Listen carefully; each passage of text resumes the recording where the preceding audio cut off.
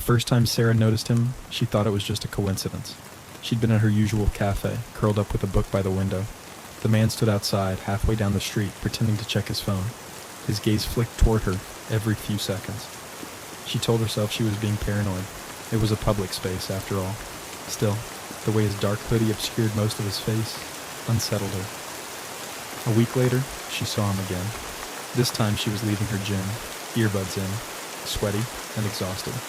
The man was across the road, leaning against a lamppost. Again, he pretended to look at his phone, but his eyes lingered on her just a little too long. Sarah walked home faster than usual, locking her door as soon as she stepped inside. Over the next few weeks, she began noticing him more often. At the supermarket, browsing the aisles just 2 shelves away.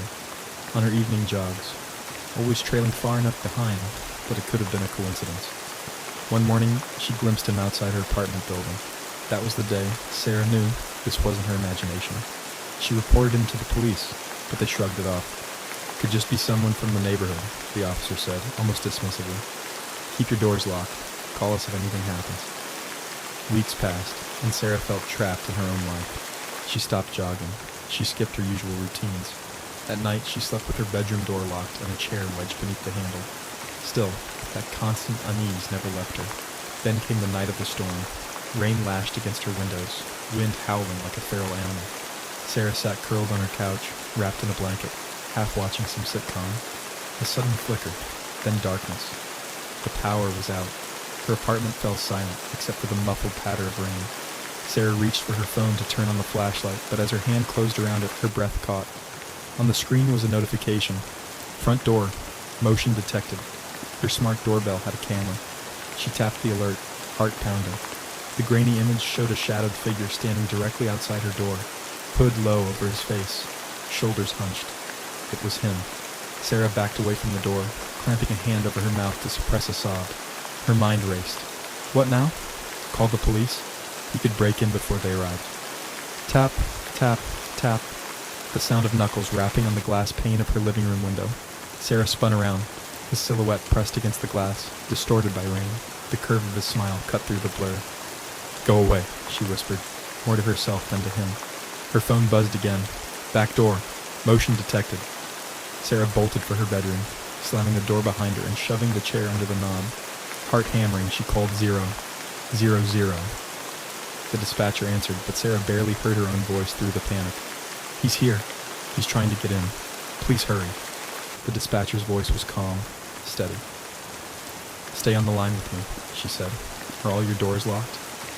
Yes, Sarah sobbed. But he's at the window now. Thump, thump, thump. The sound of something heavy slamming against her back door. Wood creaked. Splinters popped. He's coming in, Sarah whispered. Police are on their way, the dispatcher said. Stay quiet. Stay hidden. Sarah knelt beside her bed, trembling. She heard the back door finally give way. Footsteps moved through her apartment, slow, deliberate, closer, closer still, then silence. The bedroom door handle jiggled. The chair under the knob shifted. The man chuckled, low, guttural. I know you're in there, he sang, almost playfully. The wood began to splinter. Sarah's eyes locked on her window. 4th floor, no fire escape, no balcony. Her only option was the street below. Crack. The bedroom door burst open. The man stepped inside, hood down now. His face, gaunt, twisted in a smile that didn't belong in a human being. His eyes gleamed as he stepped closer. Sarah scrambled to the window, yanking it open just as he lunged. His fingers scraped her ankle. She kicked, twisting free, and hurled herself out. The fall felt endless. She hit the awning of the cafe below, bouncing painfully before tumbling onto the wet pavement. Dazed and gasping for air, she heard sirens. Red and blue lights painted the night. The man stood at her shattered window above, watching her with that same awful smile. Then he turned and vanished back into the darkness. The police searched her apartment, but he was gone. No fingerprints. No sign of forced entry at the front door, just the splintered remains of her back door.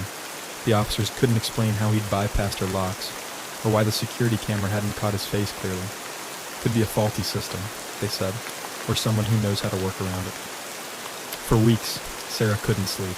She moved to a new apartment across town, installed extra locks, and kept a baseball bat beside her bed. For a while, it felt like she'd escaped. Then, late one evening, she arrived home to find a single envelope on her doorstep. No postage, no name. Inside was a photo, grainy and dark, a picture of her sleeping in her new bedroom. On the back, scrawled in jagged handwriting, were 3 words: "I found you."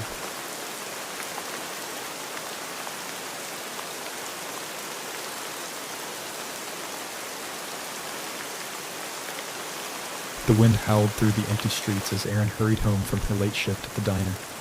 The rain had started as a drizzle, but now poured down in sheets, soaking through her thin jacket. She kept her head low, shoes splashing through puddles.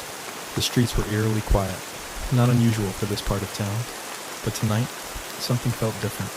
She couldn't shake the feeling that someone was following her. She turned her head sharply. Nothing but the flickering glow of a streetlight. Just her imagination, she told herself, and kept walking. The sound of footsteps splashing behind her snapped her back to reality. Erin froze. The footsteps stopped too. She turned again. Still nothing. She laughed nervously at herself, muttering, "Get a grip." As she reached her apartment door, keys jingling in her hands, a faint shadow crossed the corner of her vision. She spun quickly, but again, no one was there. That night, she double-locked her door and wedged a chair beneath the handle. Sleep came reluctantly, but when it did, it was uneasy. The following morning, Erin noticed something odd. The cup of coffee she'd left on her kitchen counter was gone. She swore she'd left it there before heading to bed. Stranger still, her window, which she always locked, was slightly ajar. Her stomach knotted. Maybe she'd forgotten to lock it properly, she reasoned. Still, she couldn't shake the feeling that someone had been in her apartment. Over the next week, the feeling intensified. Erin started finding things slightly out of place. Her shoes moved. Her purse left on the table instead of by the door. Her toothbrush wet before she'd even touched it. She tried to explain it away, convincing herself she was just overworked.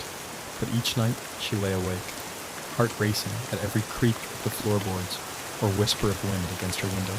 One evening, while scrolling through her phone, Erin noticed a new app had appeared, one she didn't remember downloading. It was called Watcher. Curious, but wary, she tapped it. The screen flashed before displaying a list of timestamps, each with her address noted beside it. At the top was the most recent entry, from that very night, marked 004. The sickening realization hit her. Someone had been tracking her. Tonight, heart hammering in her chest, she called 0. 00, her fingers shaking. The dispatcher told her police would arrive soon. Erin paced her apartment, jumping at every noise. Minutes felt like hours. Then came a knock at the door. She approached slowly. "Who is it?" she asked. "Police," a voice called back. Relieved, she opened the door, but instead of a uniformed officer, a man stood there soaked from the rain. He grinned. "You called for help?" Erin tried to slam the door, but his hand shot out, forcing it open. She screamed, twisting away as he shoved inside. Erin bolted for her bedroom, slamming the door behind her. The man's footsteps thudded against the wooden floor. She grabbed her phone, dialed 000 again. "Please hurry," she cried. "He's inside." "Stay calm," the operator said. "Officers are minutes away." The bedroom door rattled. The man's voice came from the other side, low and menacing. "You can't hide forever." Erin wedged her dresser against the door, her breath ragged. Then she remembered her window. She pushed it open and clambered out onto the fire escape. Rain slicked the metal, and her bare feet slipped as she hurried down. The man's face appeared in the window behind her, his twisted smile still plastered on his face. "I'll find you," he growled. Erin reached the alley below and sprinted through the rain. The flashing lights of a patrol car appeared at the corner, and 2 officers rushed to meet her. Gasping, she told them everything. They stormed her apartment, but the man was gone. The officers found clear signs of forced entry, and the Watcher app had vanished from her phone. They promised to increase patrols near her building, but Erin never returned to that apartment. She moved across town and changed her number. For a few weeks, she finally felt safe. Then, one evening, she found a single envelope waiting on her doorstep. Inside was a grainy photograph, a picture of her standing on her new balcony. On the back, in red ink, were 3 chilling words: "I never left."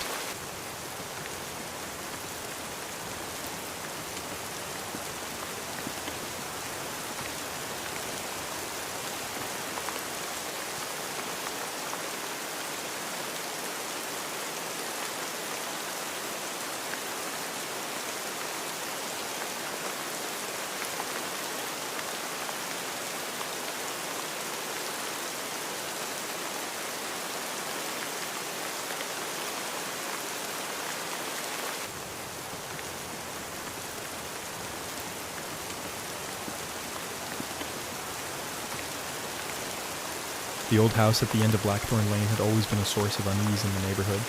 No one had lived there for years, yet somehow the house never seemed truly abandoned. The curtains shifted sometimes when no wind was present, and faint footsteps could be heard if you walked too close at night. Most residents gave the house a wide berth, all except Daniel Whitaker. Daniel was a curious man, too curious, his friends often warned him. When a series of local break-ins occurred, Daniel became obsessed with watching his street. He purchased a high-end security camera system and spent his evenings scanning the footage, convinced the mysterious house was connected to the thefts. Days turned to weeks, and Daniel's paranoia deepened. Then one night, something unusual appeared on his footage. It was nearly 2 a.m. when Daniel caught sight of a figure, pale, thin, and impossibly tall, standing outside the Blackthorn house. The figure didn't move, didn't knock, didn't seem to breathe. It just stood there, watching. Daniel stared at the screen for what felt like an eternity before the figure finally turned, not walking, but gliding, back into the shadows. That was enough to convince Daniel to investigate. The next evening, armed with a flashlight and his phone, Daniel walked to the house. The air seemed colder near the property, and the air smelled faintly of rot. The gate creaked as he pushed it open. The front door was locked, but Daniel circled to the side and found a shattered basement window. Against his better judgment, he climbed through. The air inside was stale and heavy. Dust clung to every surface, and faded wallpaper peeled from the walls. Furniture, draped in white sheets, filled the room like shrouded figures. Daniel moved deeper into the house. In the kitchen, he noticed fresh footprints in the dust. They led upstairs. Heart pounding, Daniel followed. At the top of the staircase, he found a narrow hallway lined with doors. One stood slightly ajar. From inside, a faint whisper rose, distant and incoherent. Daniel moved closer, barely breathing. The whisper sharpened. Now distinct words. "I know you're here." The voice was low, almost playful. Daniel froze. The whisper had come from behind him, not from the room ahead. He spun around, and there stood the figure from the camera. It was tall, skeletal, with skin stretched tight over its bones, its empty eyes locked on his. Daniel bolted. He tore down the stairs, slipping and scraping his arm on the banister. The figure moved faster than seemed possible, appearing at the base of the staircase just as Daniel reached the ground floor. He sprinted to the basement window, diving through the jagged glass and landing hard on the cold earth outside. Gasping for breath, Daniel ran all the way home. He barely slept that night. The following day, he reviewed his security footage. To his horror, the camera had recorded the figure outside his own home, hours after he'd escaped. Worse still, it appeared closer in each frame, inching nearer until it stood right outside his window. Then, moments before sunrise, the figure vanished. Daniel sealed his windows, added extra locks to his doors, and kept his phone beside him at all times. But none of it mattered. That night, something scraped against his bedroom window. He peeked through the blinds, and there it was, standing in the yard, staring directly at him. The figure raised one emaciated hand and pointed. Daniel scrambled for his phone and dialed 000. "It's here. It's outside my house." The dispatcher promised to send someone immediately. But when officers arrived, there was no trace of the figure. Just long, narrow footprints that led from the Blackthorn house to his front door. Over the next week, Daniel's life unraveled.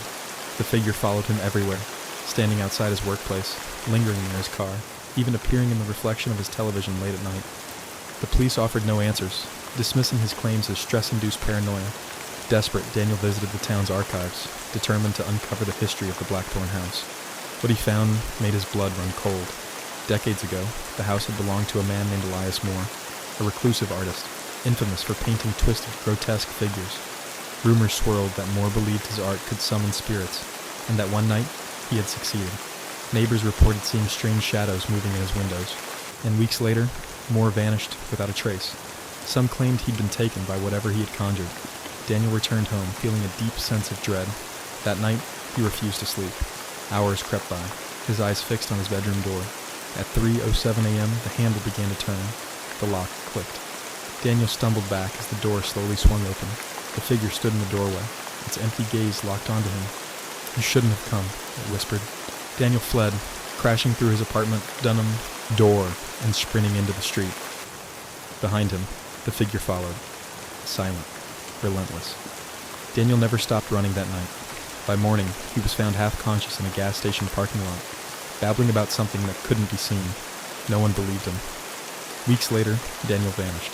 His apartment sat empty, yet his neighbors swore they sometimes heard footsteps pacing inside at night, and at the end of Blackthorn Lane, the figure still waits, watching, waiting for someone else curious enough to step inside.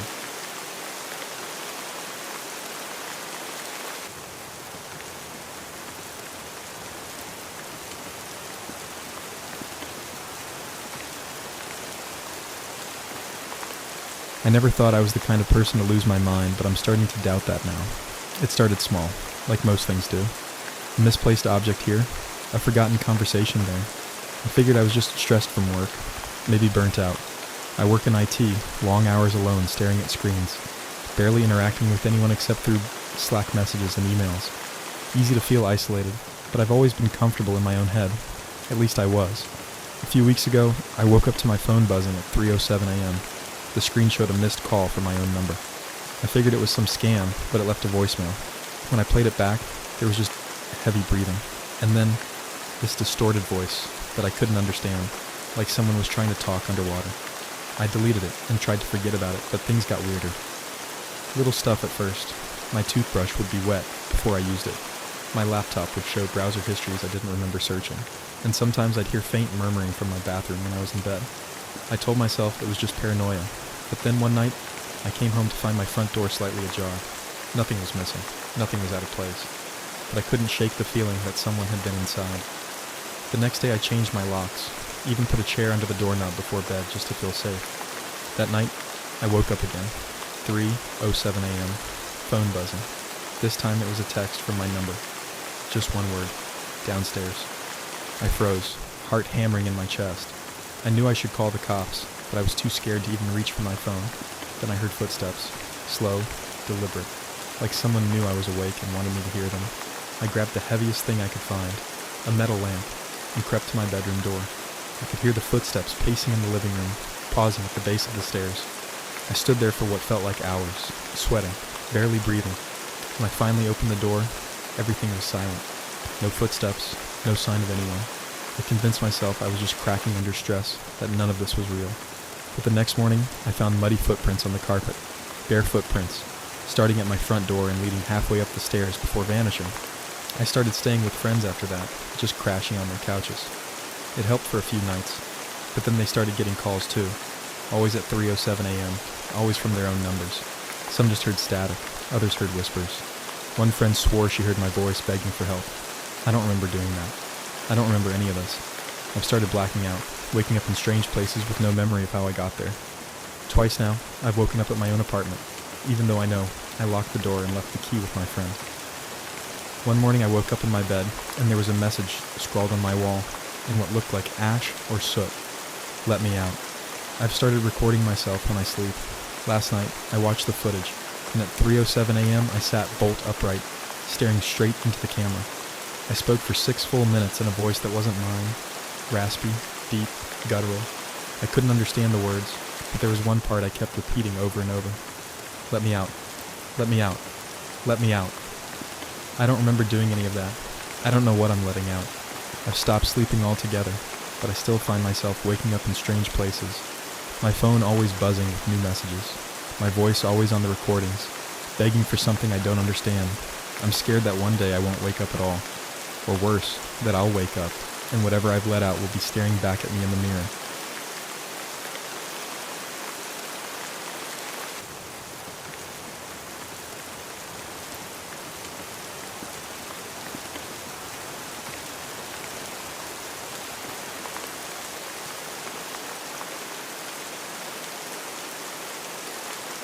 No one was there.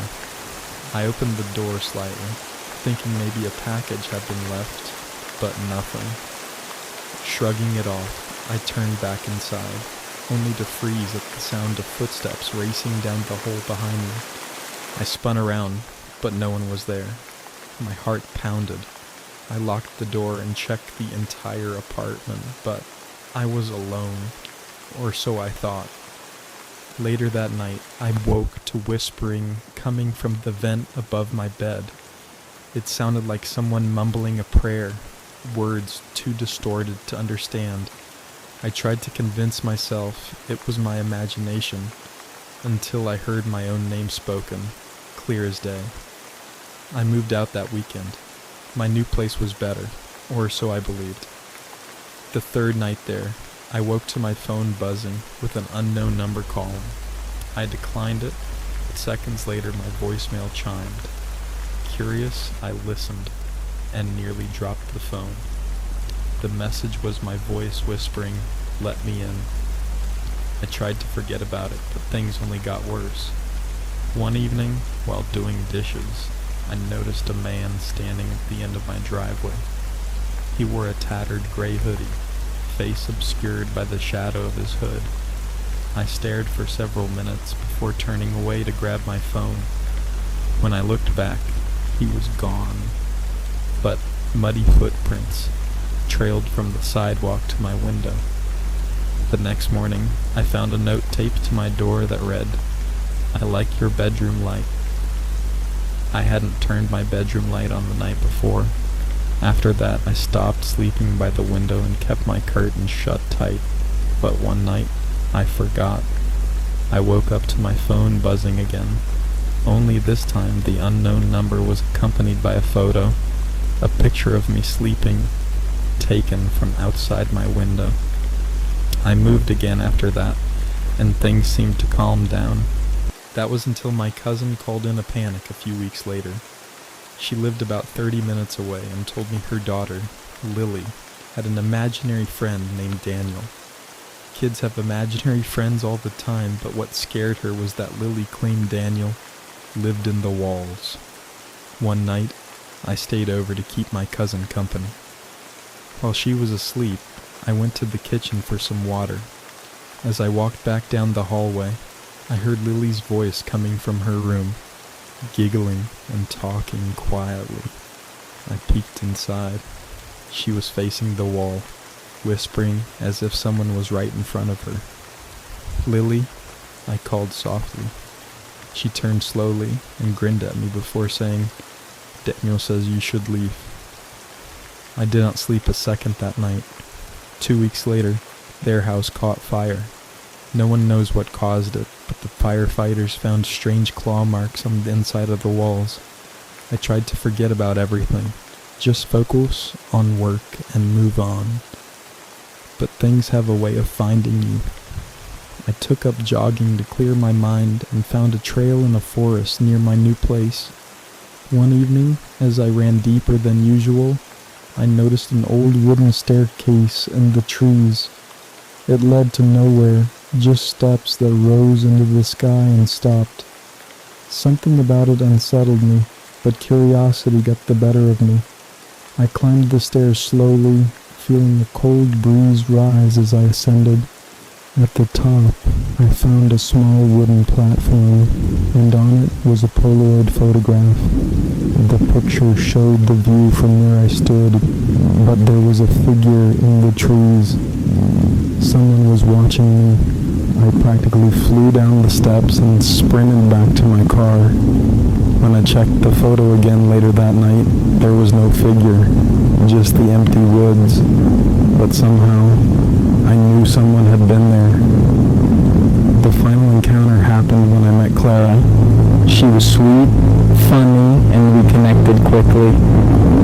One night, she invited me to her parents' house for dinner in a remote part of town. The house was old but charming, except for the basement door, which had 3 locks on it. Clara noticed me staring and explained her parents always kept it locked because something felt wrong down there. We laughed it off, but later that night, I woke up to footsteps creaking in the floor above me. I figured Clara's parents were awake until I remembered they weren't home that night.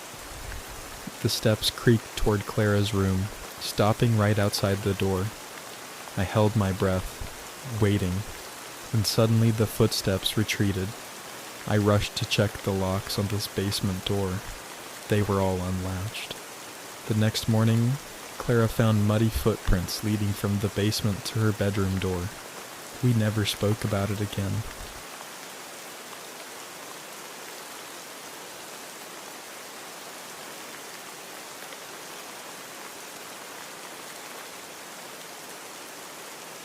The events described in this chilling Reddit story have sparked several possible theories from the community.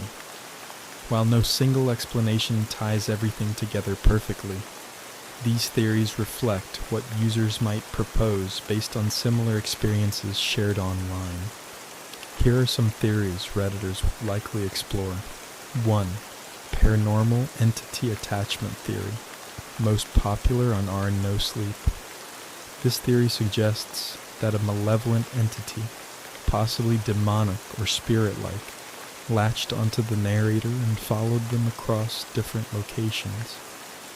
The common theme of claw marks, whispering, and watching from the shadows fits classic haunting patterns. Redditors may point out that the entity seems intelligent, targeting the narrator's loved ones, like Lily and Clara, and deliberately escalating fear. Daniel in the Walls could be this entity manipulating Lily to gain influence or presence in her home. Children are often considered more sensitive to supernatural forces, which aligns with folklore.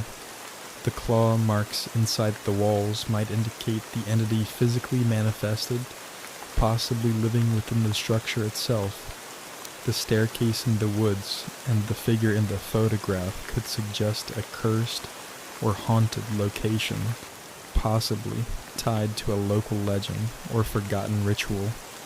The basement door unlocking by itself indicates the entity may be physically capable of interacting with objects, a sign of a powerful presence.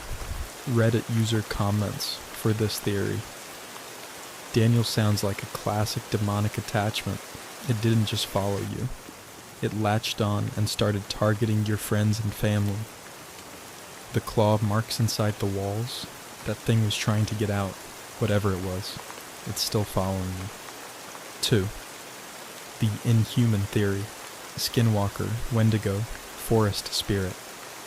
Some Redditors may tie this to folklore involving skinwalkers, wendigos, or forest spirits. The staircase in the woods has become a popular urban legend on Reddit, with theories claiming these staircases are linked to other realms or cursed beings that use them as a trap. The figure in the photo could be a creature watching and following the narrator.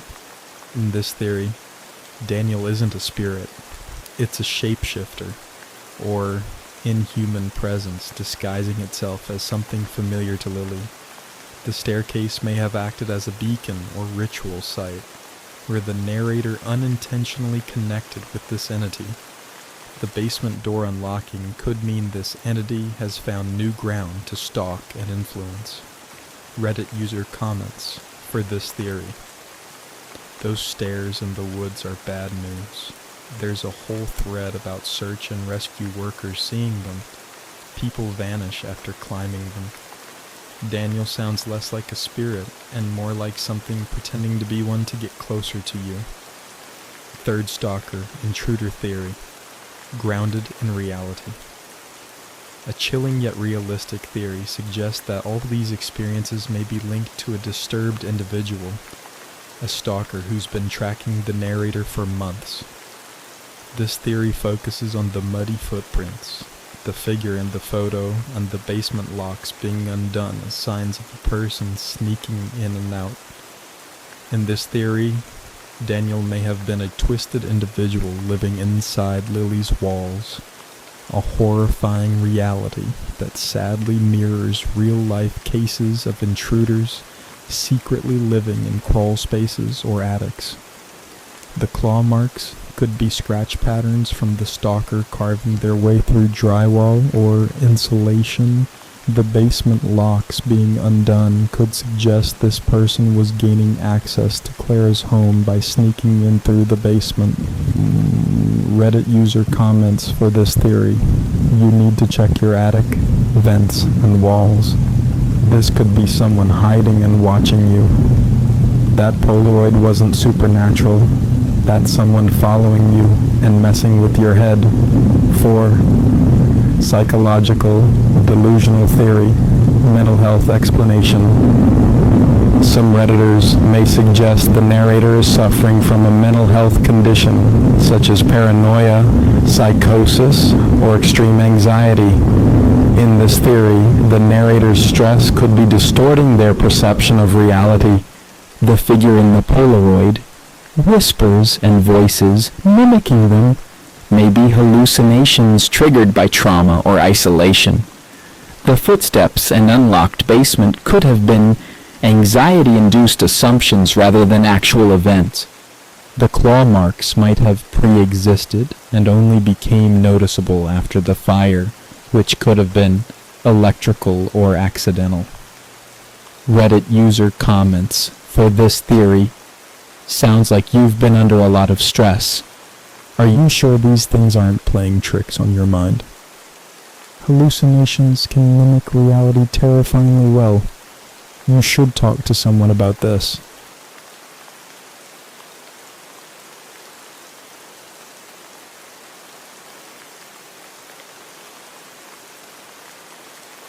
Final verdict. Most likely. Theory Reddit would likely combine theories into one chilling explanation. The narrator encountered a malevolent entity while climbing the mysterious staircase. The spirit latched onto them and began feeding on their fear.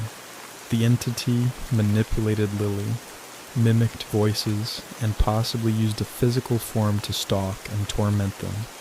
The stalker theory may also play a role, with a real person exploiting the situation to increase paranoia.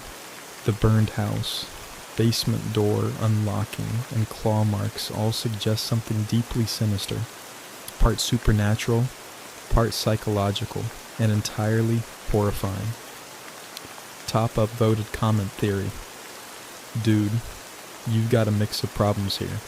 Sounds like you pissed off something paranormal when you climbed those stairs, and now it's just waiting. Combine that with someone clearly tracking you, and you're in deep trouble. Burn that photo, sage your house, and get cameras. Whatever's following you isn't done yet.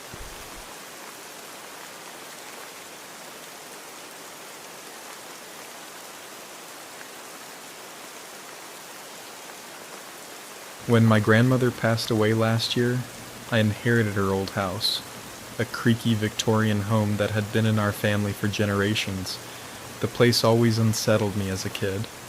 It was too quiet, too cold, and no matter how brightly the sun shone outside, the hallways always seemed dim. My mom told me the house had a forgotten room, a door in the attic that no one ever opened.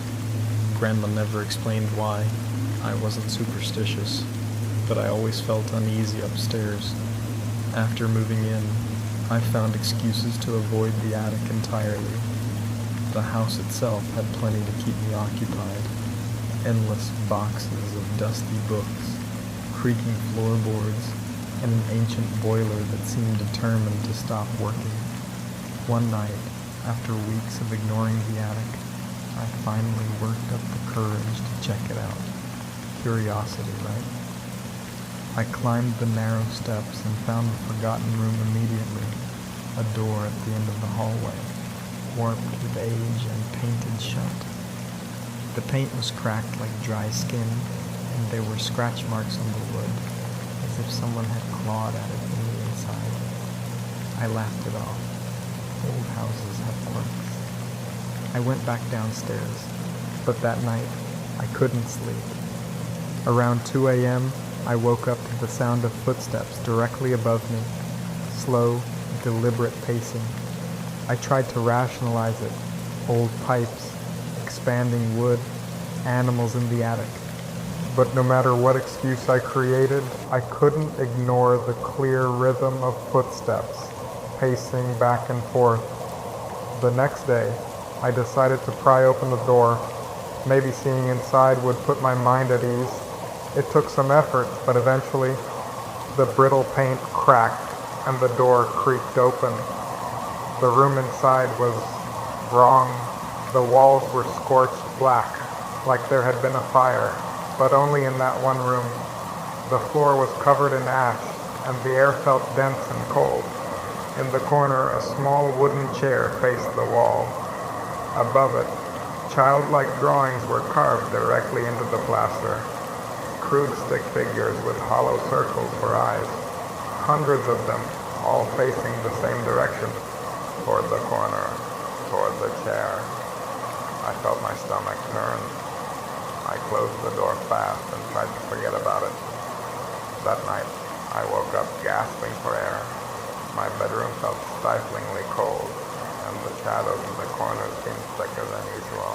Then I heard the creak of the attic door swinging open, a long, groaning sound that stretched through the house. The footsteps followed, slow, heavy, coming down the attic stairs. I froze. The steps reached the landing, then turned toward my room. I bolted upright and reached for my phone, but my fingers were shaking too hard to dial. Footsteps stopped just outside my door. I stared at the crack under the door frame and saw two shadowed feet, bare, pale, unmoving. Then I heard it, a faint voice, dry and raspy, whispering from the other side. Come back to the room. Sit in the chair. I couldn't move. I couldn't breathe. I just stared, waiting. After what felt like hours, the shadowed feet finally turned and shuffled away. The attic door groaned shut. I didn't sleep the rest of the night. The next morning, I packed a bag and left. I haven't gone back, but sometimes, in the dead of night, I wake up cold, and I swear I can still hear footsteps pacing back and forth just above me.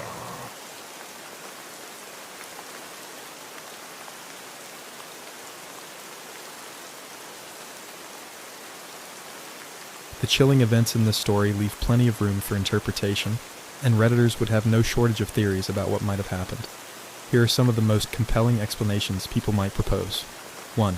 Paranormal entity, spirit attachment theory. Most popular theory. This theory suggests that the Forgotten Room housed a malevolent spirit, possibly tied to the scorched walls and childlike drawings.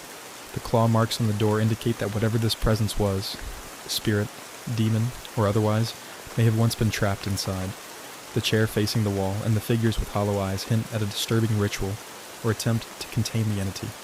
The whispered invitation, come back to the room, sit in the chair, could be a method of luring the narrator back to establish control or possession. Key signs.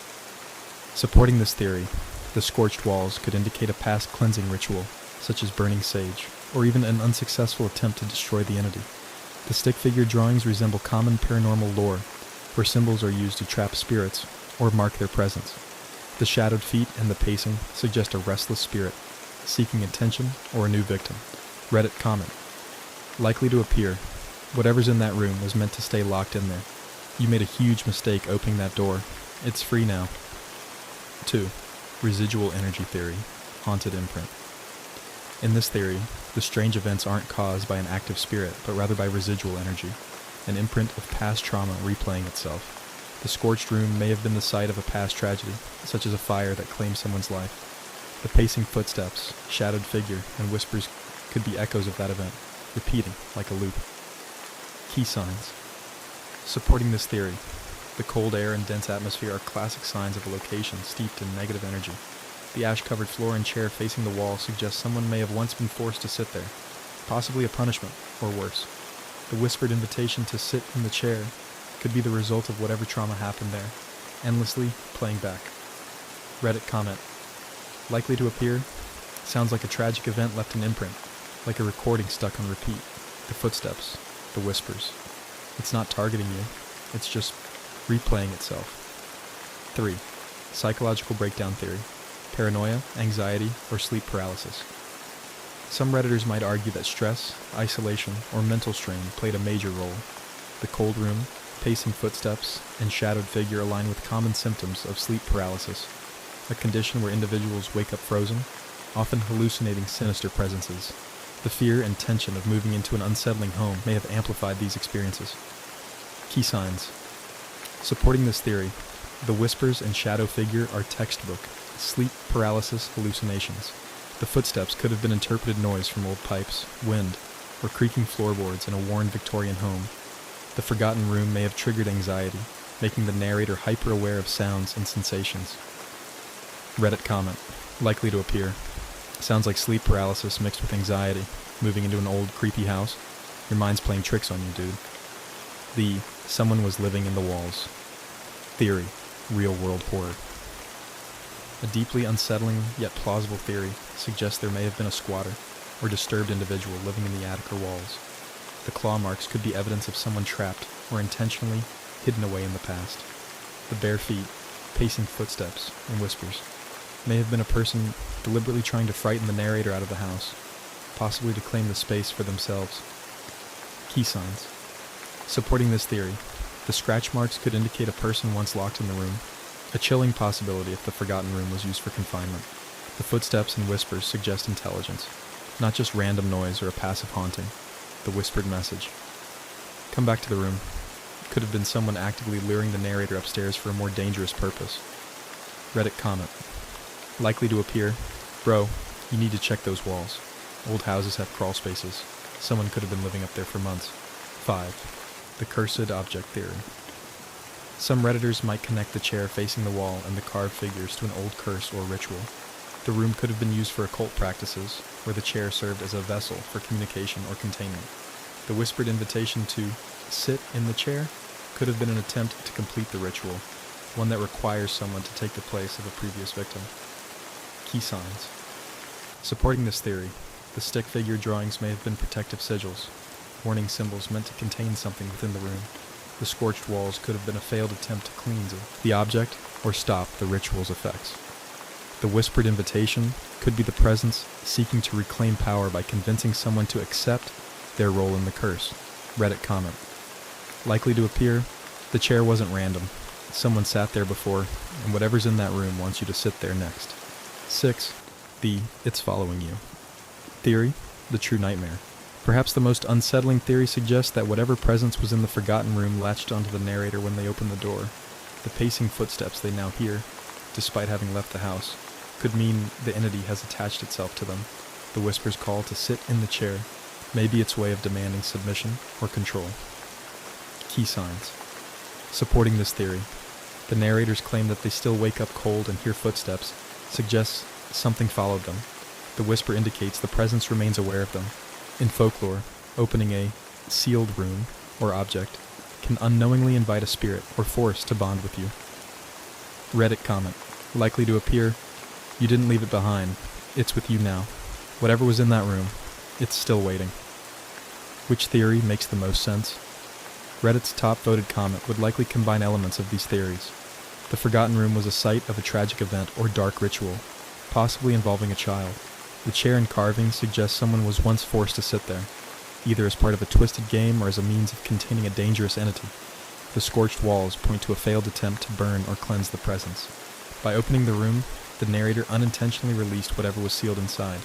The footsteps, whispers, and shadowed figure are signs the entity is still seeking a victim, possibly to take the narrator's place in the chair. A top upvoted comment might say, "You opened something you shouldn't have." The claw marks mean someone tried to keep it in. Whatever it is, it's still after you. I'd cleanse your home, your belongings, and yourself. So, which theory do you think fits best? Or worse, what if it's all of them combined?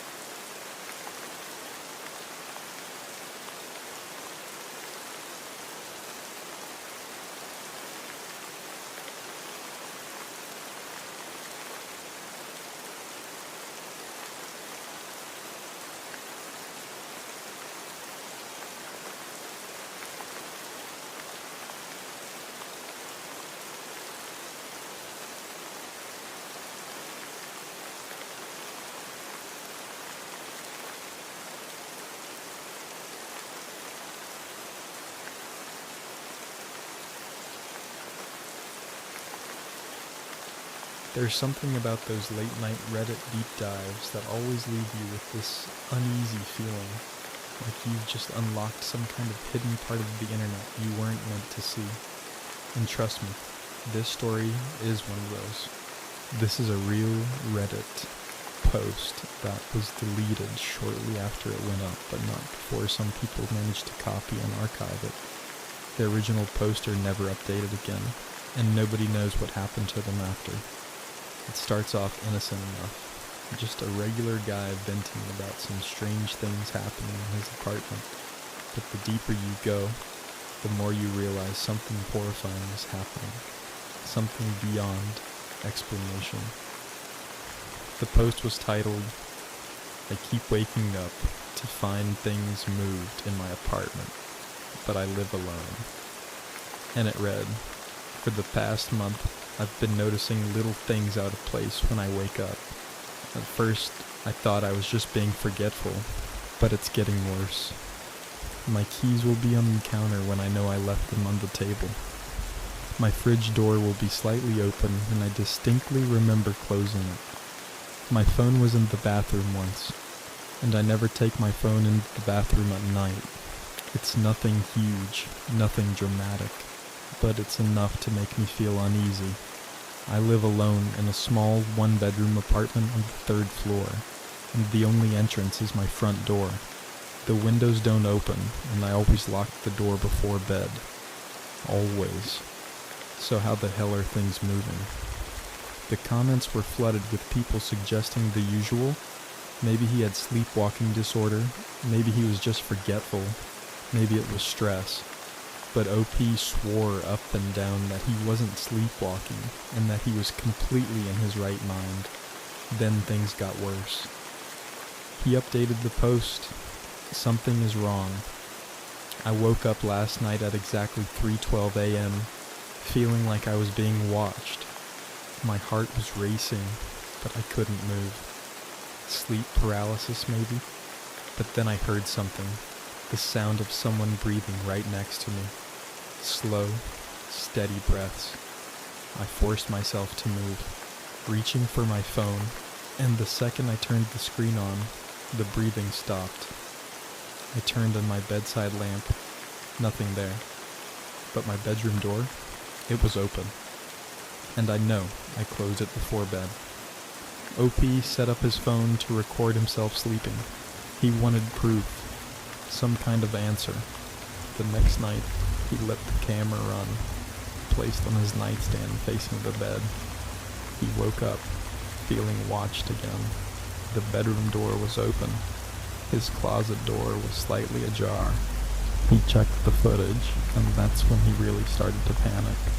The video showed him sleeping peacefully for the first few hours, but around 3:10 a.m. something changed. The covers on his bed shifted, like someone was pulling them ever so slightly. Then, the closet door creaked open just an inch, slow and deliberate. But the worst part? A shadowy figure appeared at the edge of the frame, just barely visible in the darkness. It stood there for nearly 20 minutes, completely motionless, watching him sleep.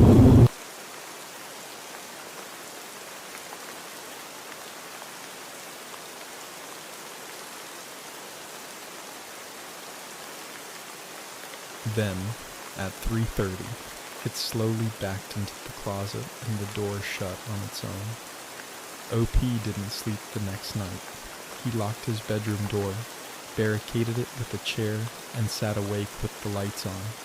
He didn't hear anything, didn't see anything, but when he got up to check the front door in the morning, the chain lock was unlatched. And that's when he really started to lose it. He called the landlord, demanding to know if anyone else had a key. The landlord insisted no one did. OP was about to call the police, but what would he even say? "Hi, I think a shadow is stalking me in my sleep." Instead, he bought a cheap security camera and set it up facing his bedroom door. That night, at exactly 3:12 a.m., the motion detector picked up something. The door opened on its own, and then, for a split second, a hand appeared in the doorway. Not a normal hand. The fingers were too long, the skin too pale. It reached up, grasped the door frame, and then suddenly, the feed cut out. OP woke up to find the camera smashed at the floor. He packed a bag and left. He drove to his parents' house 2 towns over, refusing to step foot in that apartment again. The landlord called a few days later, seeing they found his apartment completely trashed. Furniture overturned, deep scratches on the walls. The closet door had been ripped off its hinges. OP never went back. The post was deleted a few days later. No updates, no follow-up. Just gone. Some people think it was a hoax, but the ones who saved the footage before the post disappeared swear it was real. The way the shadow moved, the way the closet door opened on its own, and that hand that wasn't human. Some people said the apartment could have been built on something, maybe a site of some horrible event. Others said it was a demon, an entity, something ancient and hungry. But the worst theory? Someone suggested that whatever it was, it had been there long before OP moved in. It had always been in the closet, watching, waiting, and it didn't like being seen, so it made sure OP would never return. But here's where things get even weirder. A few months later, another Redditor claimed to have moved into the same apartment. They posted something chilling. I think my closet is haunted. And that's when people really started to freak out. The same thing started happening. Doors moving, whispers in the night, the closet door never staying shut. They even mentioned waking up at exactly 3:12 a.m., feeling watched. The account was deleted shortly after. To this day, no one knows what's really going on in that apartment. The landlord refuses to talk about it. But if you ever find yourself moving into a new place and the closet door just won't stay shut, maybe, just maybe, you should leave it alone. Or better yet, don't move in at all.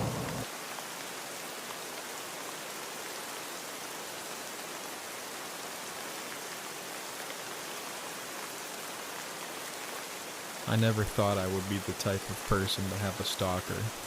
That kind of thing happens to celebrities, influencers, people in the public eye, not regular people like me.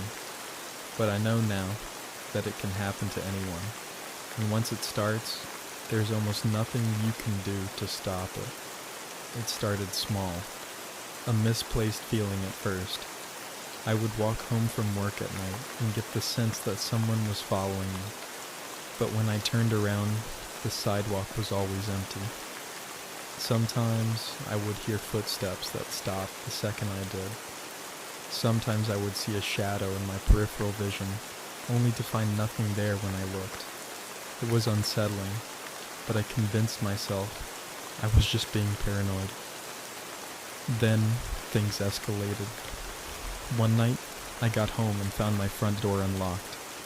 I never forget to lock my door. My stomach dropped as I stepped inside, bracing myself for something, anything. But the house was exactly how I left it. No drawers open, no furniture out of place. Nothing was stolen. The only thing that was different was the air. It felt off, like someone had been there just seconds before I walked in. I checked every room, every closet, but I was alone. I told myself I must have forgotten to lock it, but I didn't sleep that night, and I should have trusted my instincts. The notes started appearing soon after. The first one was on my car windshield. You looked beautiful today. No name, no signature, just those words, written in neat, careful handwriting. It was unnerving, but I tried to brush it off as a creepy prank. But then the second note came. This time, it was inside my apartment. I found it on my bedside table when I got home from work. I love watching you sleep. I felt sick. Someone had been in my home. Someone had been in my bedroom. I checked every lock, every window, but they were all intact. I had no idea how they got in, and that was the worst part. I didn't know where the entry point was. I called the police, but they were frustratingly unhelpful. Could be a prank, one officer suggested. Maybe a friend messing with you. It was the same patronizing tone they always use when they don't believe you. They took a report but told me there wasn't much they could do. I was on my own. That night, I barricaded my bedroom door and slept with a knife under my pillow. But no matter what I did, it got worse. The next note was taped to my bathroom mirror. I hate when you close the blinds. I started to unravel. Every little sound made my heart race. Every shadow felt like a person watching me. I stopped going out at night. I changed my locks. I set up cameras. But whoever they were smarter than me.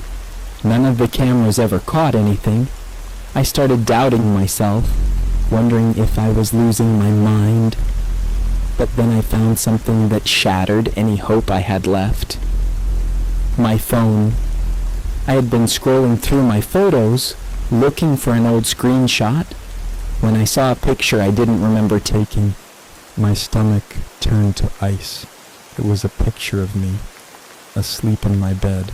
The angle was all wrong. It wasn't a selfie. It had been taken from inside my closet. That was the moment I truly lost it. I packed a bag and left, checking into a motel miles away. I didn't go back, not even to get my stuff. I reported it to the police again, showed them the photo, begged them to do something, but nothing ever came of it. The only thing they found was that my bedroom closet door had a tiny drilled hole, just big enough for someone to peek through. There were scratches on the inside, as if someone had been hiding in there for a long time. I never went back to that apartment. I moved across the country, changed my number, wiped my social media, and never looked back. I don't know who they were or why they chose me. But the scariest part, I don't know if they ever stopped.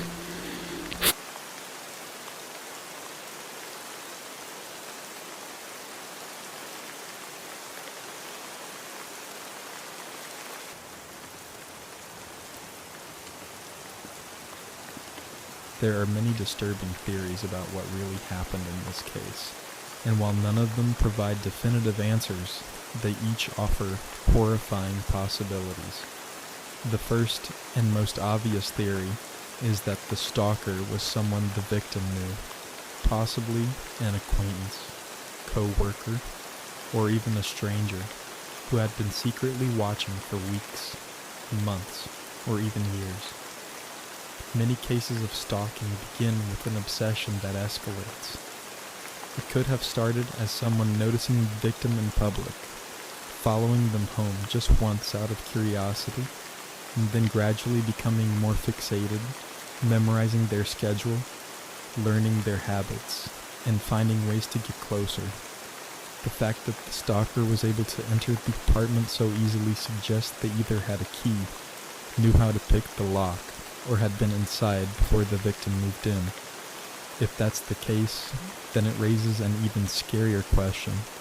Had they been living there the whole time? This brings us to the second, far more terrifying theory, the hidden occupant theory.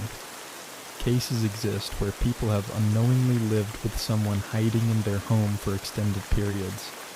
These froggers, as some call them, find ways to slip in undetected, using crawl spaces, attics, or even secret compartments in walls. Some even carve out small holes to watch their victims unnoticed, just like the one found in the closet. What if the stalker wasn't just visiting the apartment while the victim was out, but was actually living in the walls, the attic, or even under the bed when they weren't home? This would explain why the notes kept appearing despite changing locks and installing cameras. It would explain how the stalker was able to take a photo from inside the closet, because they were already there. Some chilling, real-life cases suggest this is more common than people think. There have been reports of stalkers sneaking into houses during the day and living in attics for months without being caught, slipping out only when the homeowner leaves. The scratches inside the closet could be proof of long-term occupation. If this was the case, then the victim might have unknowingly walked past their stalker multiple times without even realizing it. Another disturbing theory is that the stalker wasn't acting alone. The phrase, "I hate when you close the blinds," suggests that they had been watching the victim from outside, possibly from a nearby building or an adjacent apartment. If they had multiple vantage points, it means they either had an accomplice or they had cameras set up without the victim knowing. The idea of hidden cameras is terrifying, but not impossible.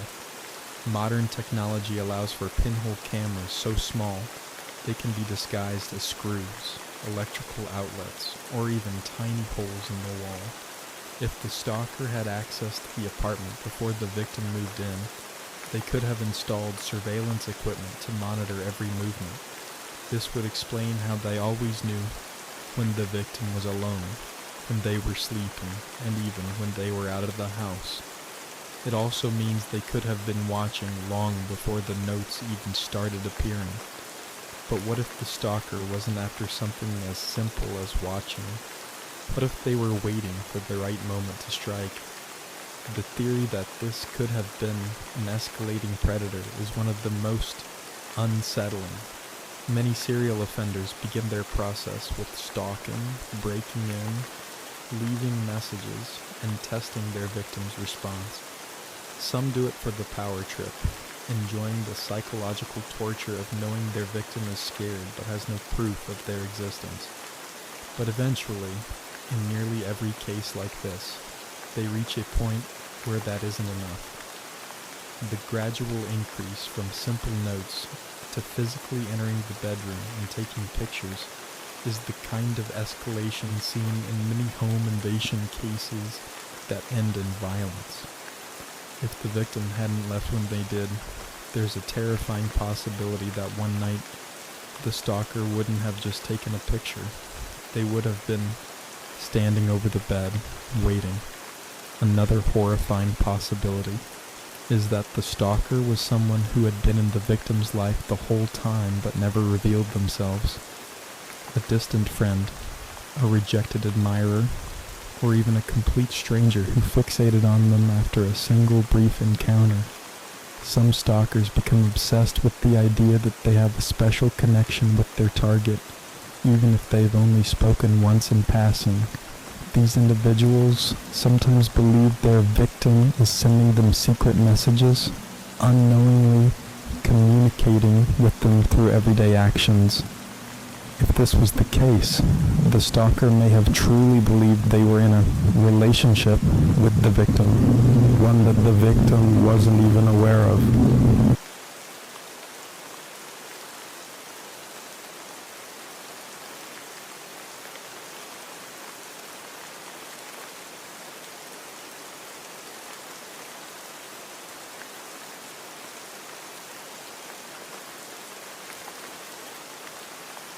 I've never told this story to anyone because, honestly, I don't know if I even believe it myself, but I need to get it out. Because if I don't, I feel like it's going to eat me alive. This happened to me about 5 years ago when I was renting a small house on the outskirts of a quiet town. It was nothing special, just a simple one-story house with 2 bedrooms, a small backyard, and a basement that I never used. But there was something off about that house. I could never quite put my finger on it, but from the day I moved in, I felt like something was wrong. Like the house wasn't supposed to be there. The air always felt thick, heavy.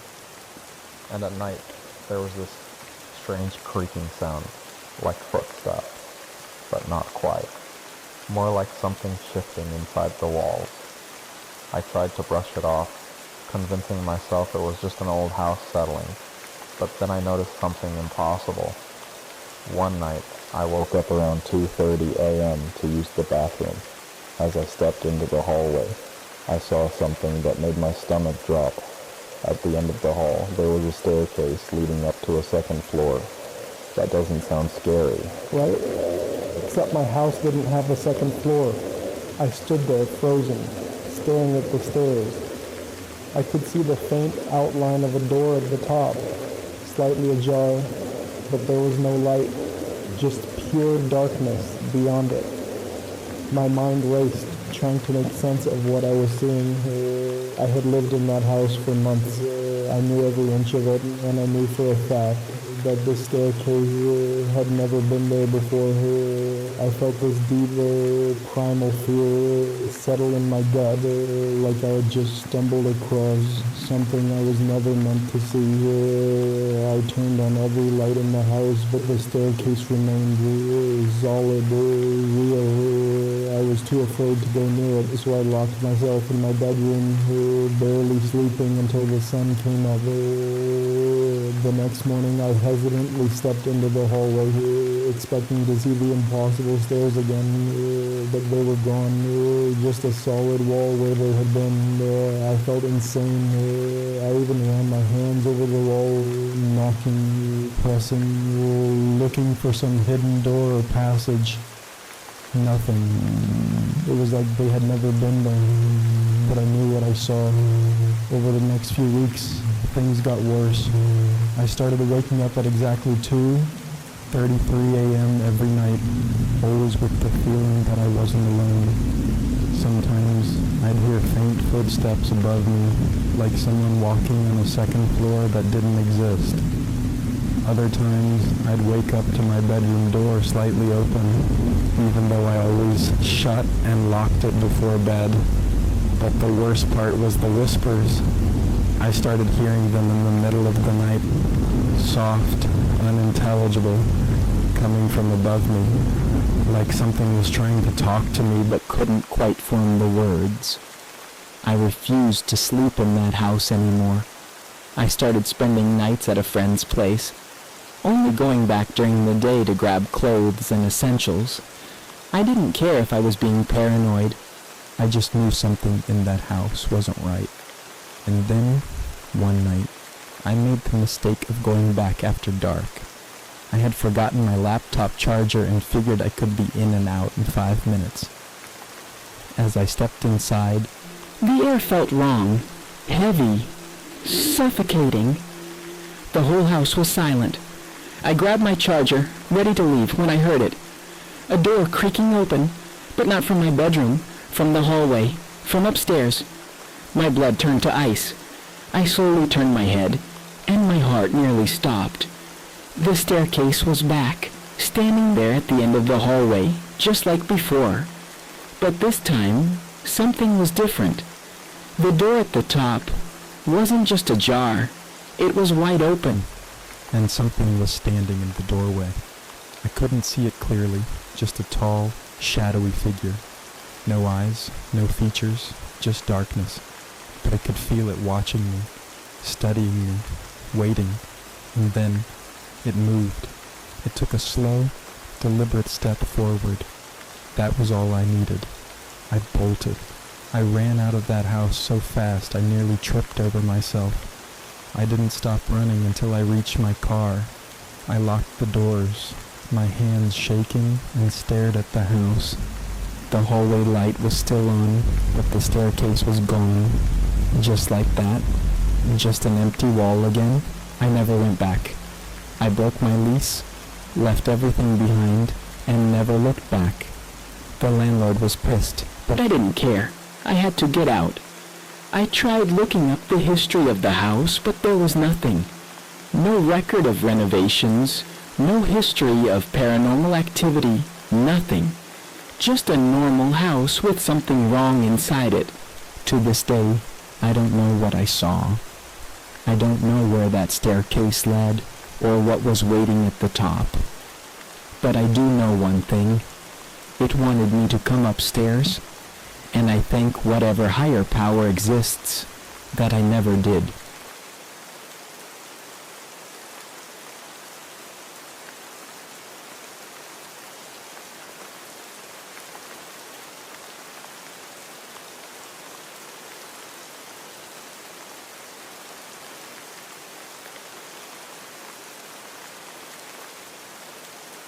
There are many theories surrounding this terrifying and impossible staircase phenomenon, and while none of them can fully explain what happened, They each offer chilling possibilities.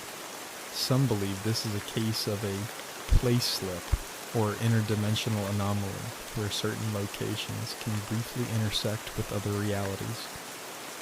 In this theory, the staircase is not actually part of the house, but rather a structure from another timeline or parallel world bleeding into ours. This would explain why it only appears at certain times, like 2:33 a.m., as if that's the moment when the veil between realities is thinnest. If this is true, then the figure seen in the doorway might not be a ghost or a demon, but rather something or someone from an alternate plane of existence. It raises terrifying questions. Is there another version of the house, one where the staircase was always there? If so, was the shadowy figure another version of the homeowner, staring back in equal horror, seeing a wall where there should be a hallway? And if the staircase had been entered, would it have led to a different version of reality? One where the person entering might never return? Others believe this is an example of a non-Euclidean space, a phenomenon where architecture behaves in ways that should not be physically possible. Some theorists suggest that certain buildings, especially old or isolated ones, develop gaps in their physical structure that occasionally create impossible additions. This could mean that the staircase, in those brief moments of existence, was always a part of the house, just not in our perception of reality. There are legends about places where doors lead to rooms that shouldn't exist, hallways that stretch for miles before disappearing, or staircases that descend forever with no end. What if this was one of those places? What if, had the person climbed the stairs, they would have found themselves in a house that looked exactly the same, but wasn't? Another terrifying theory is that this is an example of a bait mimic house, or architectural haunting. This theory suggests that sometimes buildings themselves can become sentient, or at least aware of the people inside them. Instead of a traditional ghost, the house itself could be manipulating its own structure to lure, trap, or confuse its occupant. The whispers, the footsteps, the ever-present feeling of being watched. It all fits with the idea of a predatory house, a place that subtly alters itself over time to make its victim feel insane before finally taking them. Some even believe that people who vanish without explanation, missing persons, cases with no signs of forced entry, no evidence of struggle, may have simply walked into a room, a staircase, or a doorway that shouldn't have been there and never came back. There's also the possibility that this was something much older than a simple haunting. Some cultures believe in threshold entities, beings that exist at the edges of perception, waiting at doorways, staircases, or even reflective surfaces like mirrors to catch a glimpse of the living. These entities do not communicate in ways we understand. They do not haunt in the traditional sense. They exist, watching, waiting. Many urban legends and folklore tales describe creatures that appear only when they are acknowledged. Maybe this shadow figure was something that only became aware of the homeowner once he saw the staircase. Maybe it had always been there, waiting in a space where it was normally unseen, and the act of noticing the stairs gave it access to him. If that's true, the worst thing the homeowner could have done was look too closely. A more psychological explanation suggests this could be an extreme case of dream bleed or a reality glitch. Some researchers believe that in certain heightened states, sleep deprivation, extreme fear, or stress, the brain can superimpose dream imagery onto reality. In this theory, the staircase never physically existed, but the mind registered it as real, creating a perfect hallucination that blended seamlessly into the environment.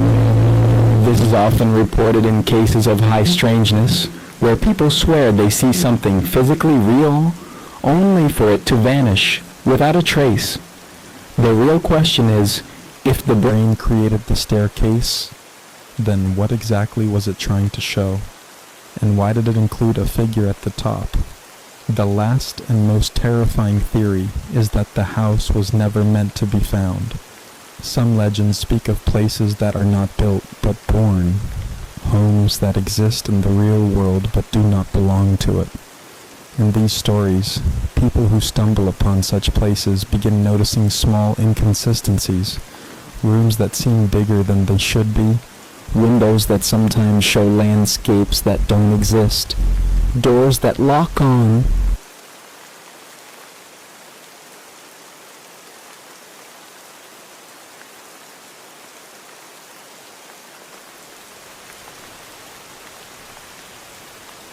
Hey/X, I'm not sure how to even start this, but I need to get this off my chest.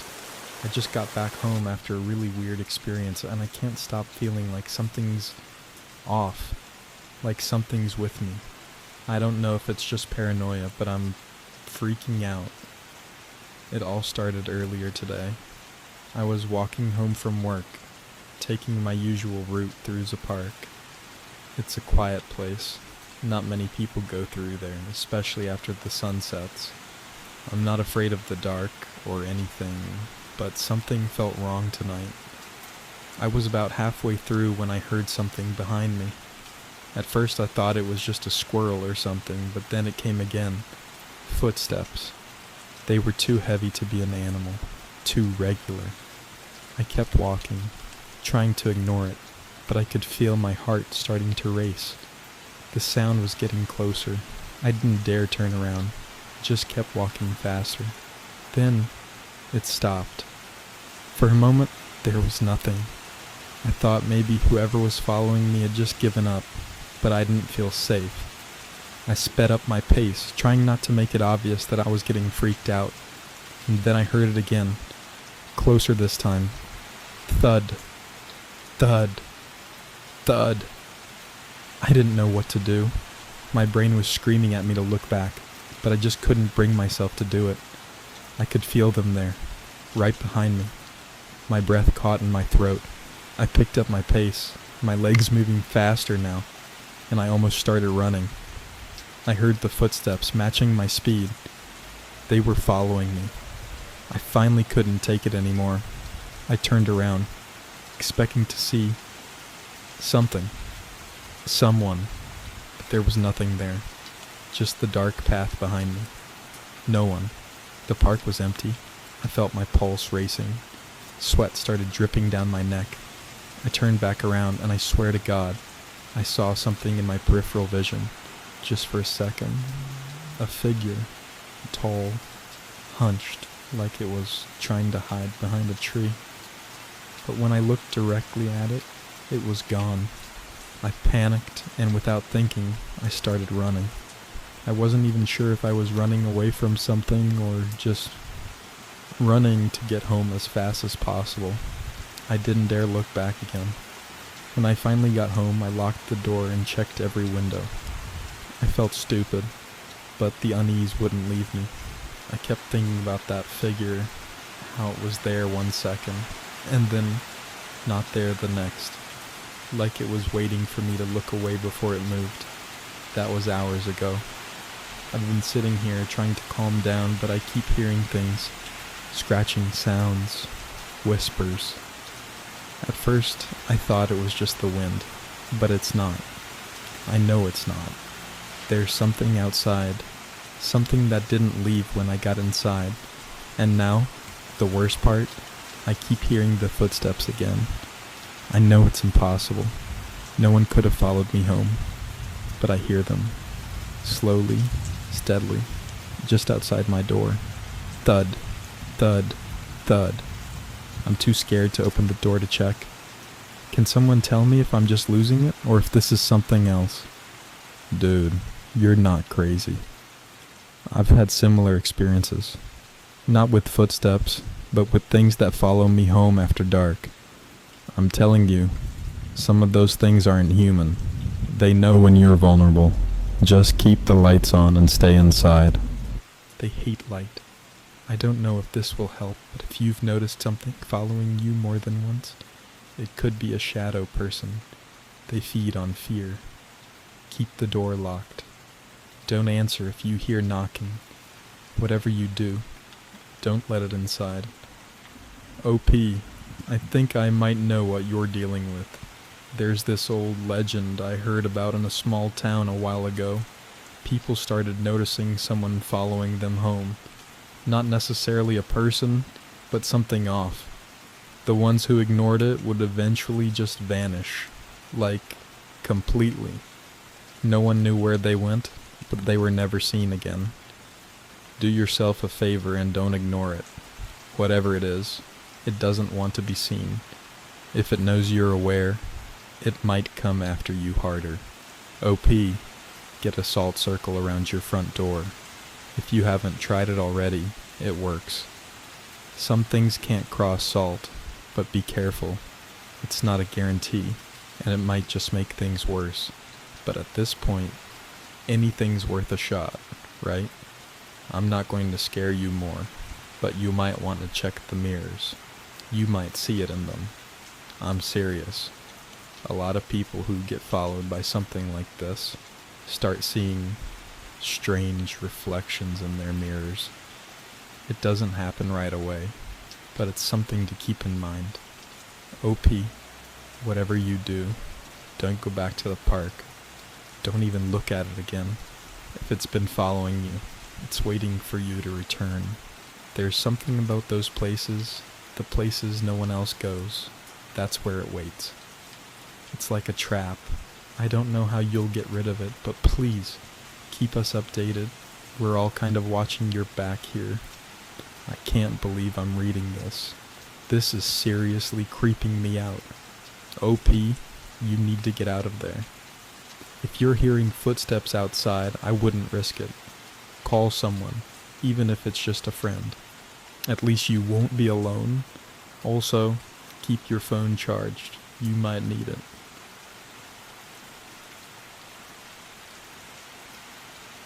That was the last post from OP. After that, his account went quiet.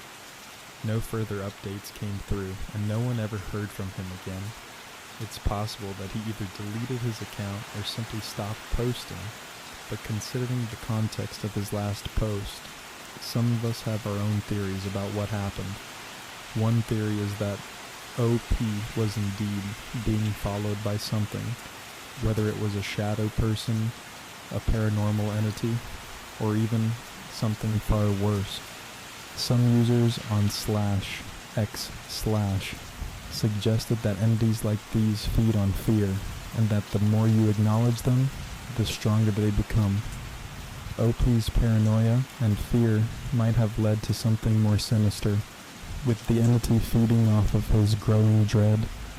Others believe that the trap described in the post could have been a warning that he was being stalked by something that would only show itself once he started acknowledging it.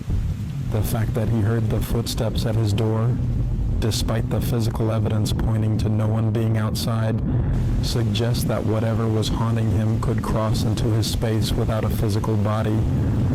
Another possibility is that OP may have stumbled upon an old urban legend or cursed location, like a park where strange occurrences are known to happen. Some users mentioned the idea of mirror reflections being linked to the phenomenon, hinting that the entity might have found a way into the physical world through mirrors or other reflective surfaces. There's also the idea that the park itself might have some sort of history, something dark tied to it. Perhaps the figure he saw behind the tree wasn't just an ordinary figure. It could have been the spirit of someone lost there long ago, waiting for its next victim to cross its path. Then there's the even darker possibility. OP might have gone back to the park, or perhaps something followed him home in a way we don't fully understand. We'll never know what happened for sure, but the strange absence of any further posts, combined with his final words about hearing footsteps outside his door, leaves a lot to the imagination. Whatever it was that followed him, it's still out there, waiting for the next person to notice it.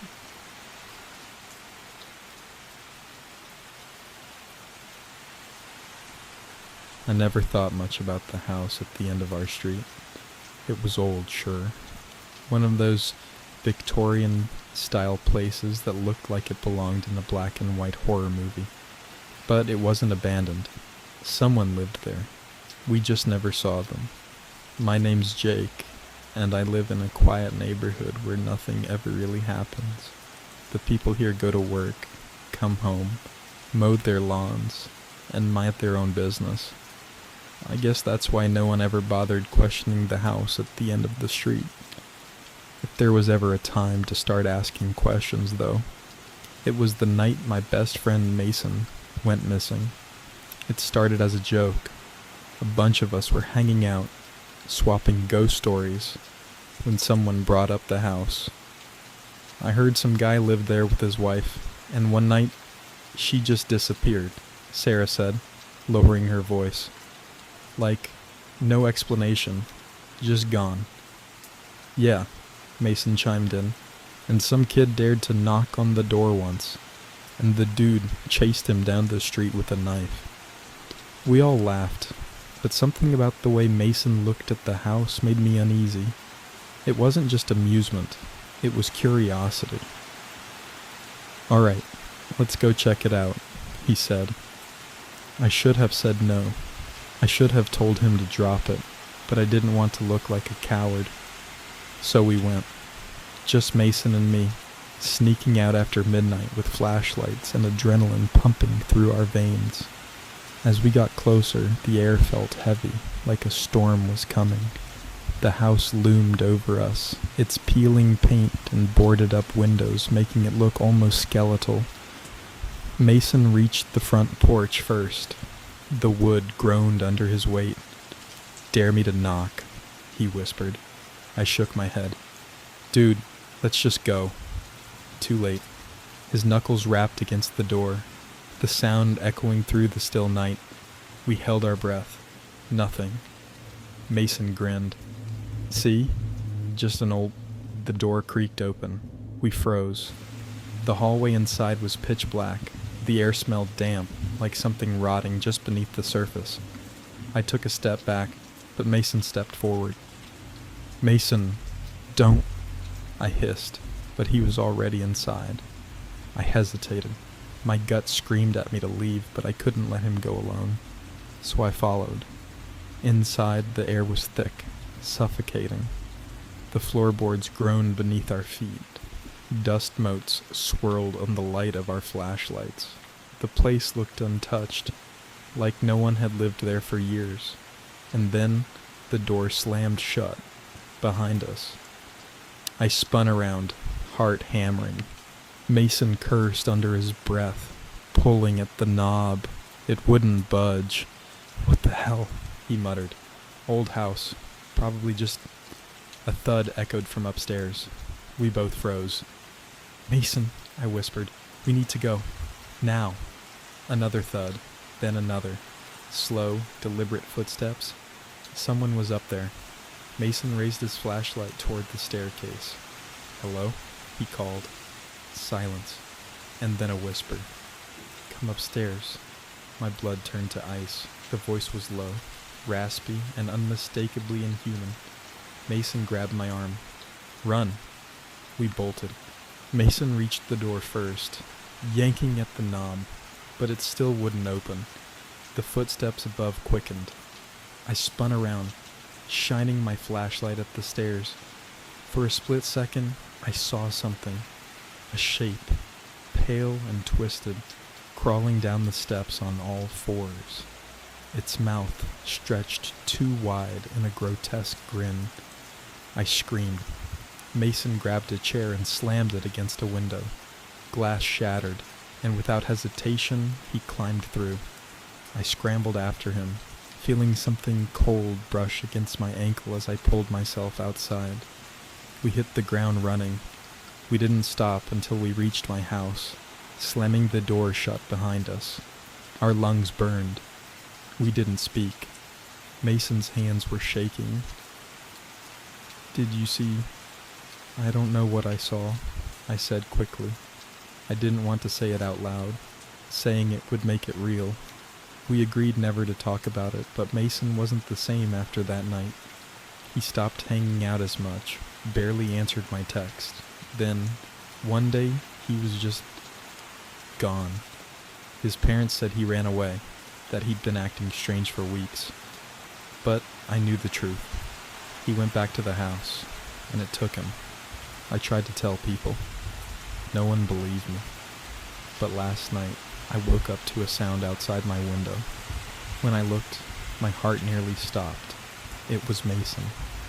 But his mouth was stretched too wide in a grotesque grin, and he was crawling. And then, without breaking eye contact, he lifted one shaking hand and pointed toward the house. My breath caught in my throat as his head tilted at an impossible angle, bones audibly cracking. His eyes, sunken and hollow, locked onto mine as his lips parted to reveal rows of jagged, needle-like teeth. He mouthed something, but I couldn't understand. My legs refused to move. A wave of cold washed over me, something unnatural, pulling at the edge of my consciousness. Mason's fingers twitched, and in an instant he lunged toward my window. I scrambled back, tripping over my desk chair as the glass rattled. He was gone, vanished into the darkness. But I could still hear it, that voice whispering from the shadows. "Come back." My room felt smaller, suffocating. I didn't sleep that night, and now, as I write this, I keep glancing at my window, half expecting to see him there, but something tells me that the next time I do, I won't get away, because the house wants me to.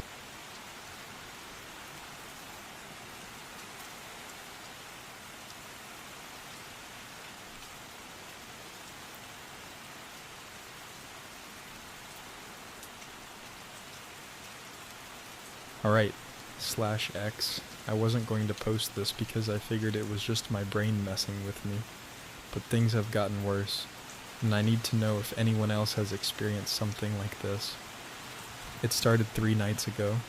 I was walking home from a friend's house pretty late, probably around 1 a.m. It wasn't a long walk, just a few blocks through my neighborhood, but there's this one section of the route where I have to cut through an empty lot. It's not exactly a shortcut, but it saves me from walking along the main road, which I hate doing at night. The lot is weird. It's just this patch of land where a house used to be before it burned down years ago. Now it's overgrown with weeds and these crooked trees that look like they belong in some haunted forest. I've walked through it plenty of times and never had an issue, but that night, something felt off. I stepped onto the lot, and instantly the air felt heavier. There was no wind, no sound at all, just complete silence. Even the usual distant hum of cars or night insects was gone. About halfway through, I got this overwhelming sense that I wasn't alone. You know that feeling when someone is right behind you, just out of sight? It was like that, but worse.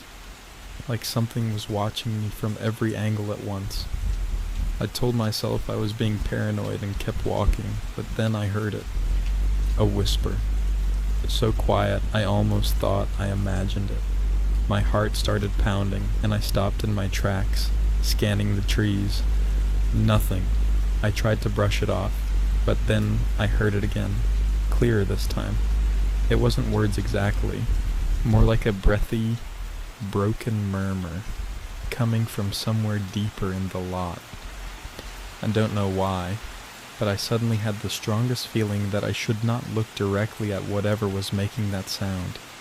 It was pure instinct, like my body knew, before my brain did, that something was very, very wrong. My legs started moving on their own, and I walked faster, forcing myself to keep my eyes ahead. But as I neared the edge of the lot, I heard something new. Footsteps, not normal ones. These were heavy and slow, like something was deliberately taking its time, letting me hear each step as it got closer. The whispering didn't stop either. It was getting louder, more frantic, and I swear I could hear multiple voices now, overlapping as if they were arguing or pleading. I bolted. I don't even remember running. I just remember bursting out onto the street and sprinting all the way home without looking back. When I got inside, I locked the door and sat there for a while, trying to calm down. Eventually, I convinced myself it was my imagination, that I was just tired and freaked myself out. I even laughed at how stupid I must have looked, running like a lunatic over nothing. But the next night, I heard it again. This time, from outside my house. I was lying in bed, scrolling through my phone, when I heard something just beyond my window. A whisper, just like before, low and breathy. My blood went cold. I live alone, in a second-story apartment. There's no balcony, no ledge. No one should be outside my window. I turned my phone's screen off, and my room went pitch black. I held my breath, listening. The whispering grew louder, but it still wasn't words. It was like mocking, like it was imitating speech but didn't actually know how to form real sentences. Then the tapping started. Light, rhythmic taps against the glass, as if whatever was out there knew I was listening and wanted me to acknowledge it. I lay completely still, too afraid to move. My brain kept screaming at me to look, but that same instinct from the lot kicked in. Don't look. I stayed like that for what felt like forever, and eventually the tapping stopped. The whispering faded, and when I finally worked up the nerve to glance at my window, there was nothing there. I barely slept that night. The next morning I checked outside, half expecting to see footprints in the dirt below my window, but there was nothing. Just smooth, undisturbed soil. I tried to go about my day as usual, convincing myself I was just hearing things again. But later that evening, I got a text from my friend, the one I had visited the night before all of this started. It was just one sentence. "Did you hear it?" My stomach dropped. I immediately called him, and the second he picked up, I could hear the fear in his voice. He told me he'd been hearing it too. The whispers, the footsteps, even the tapping at his windows. He lived on the other side of town. There was no way this was just some prank. We started comparing details, trying to figure out what the hell was going on. That's when he told me something that made my blood run cold. I think it followed you. He said the first night he heard it was right after I left his house. He hadn't even stepped outside. He was just sitting in his living room when he heard whispering from the hallway. He thought it was me at first, but when he checked, no one was there. Then, the next night, he heard footsteps outside his bedroom door. He lives alone.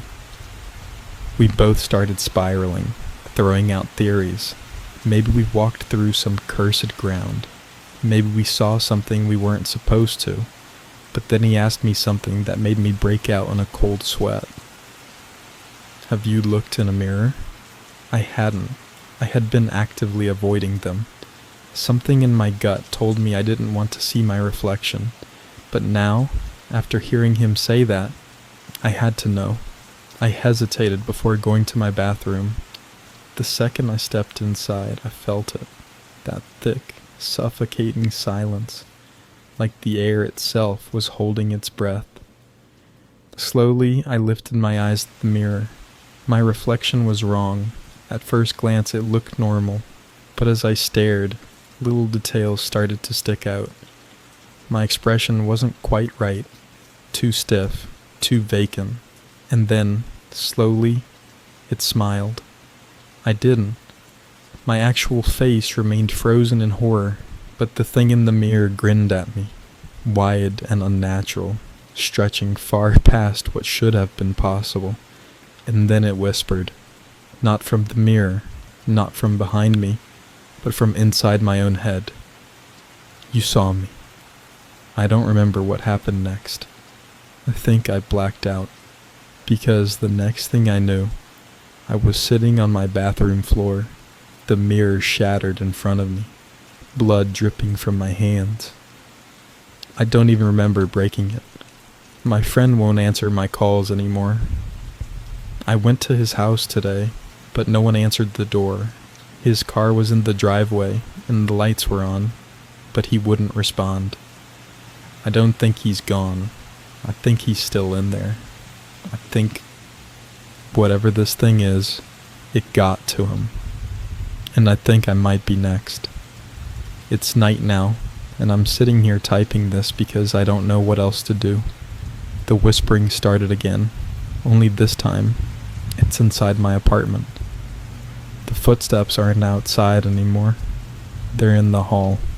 I can hear the floor creaking as it moves, slow and deliberate. I don't think it cares if I see it anymore. It wants me to. It's right outside my door now. I don't know what happens if I look, but I don't think I'll be able to stop myself this time. If you hear whispering in a place where there should be none, if you feel eyes on you when you're alone, don't look. No matter how strong the urge is, no matter how much it calls to you, don't look, because once you do, it knows you, and it never lets go.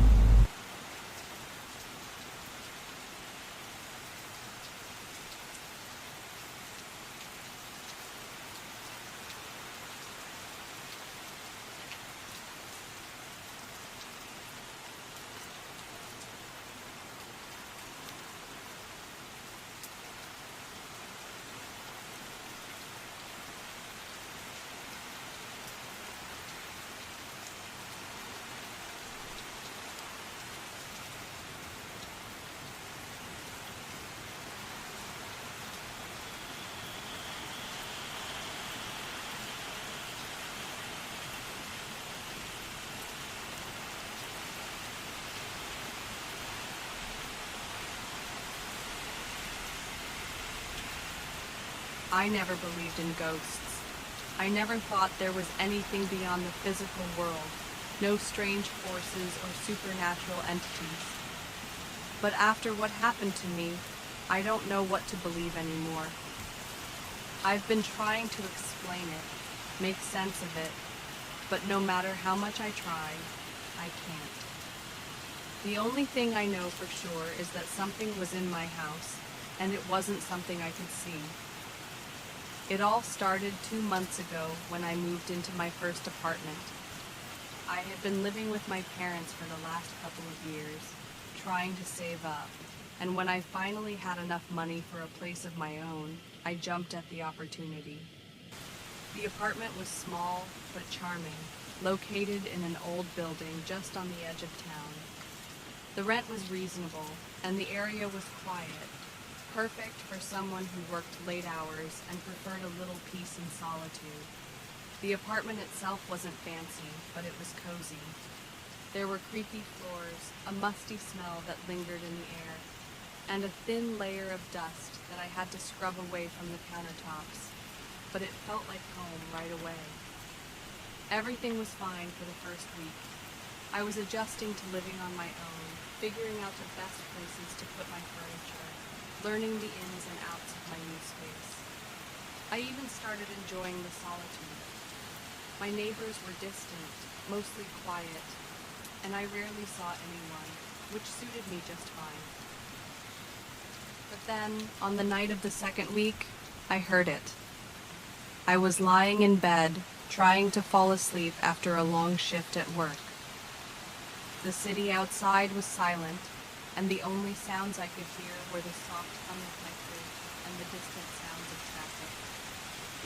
It was peaceful, too peaceful. I had just started drifting off when I heard a faint whisper. It wasn't loud, but it was distinct, and it seemed to come from somewhere in the room. I sat up quickly, heart pounding in my chest, but the apartment was dark and still, and I couldn't see anything unusual.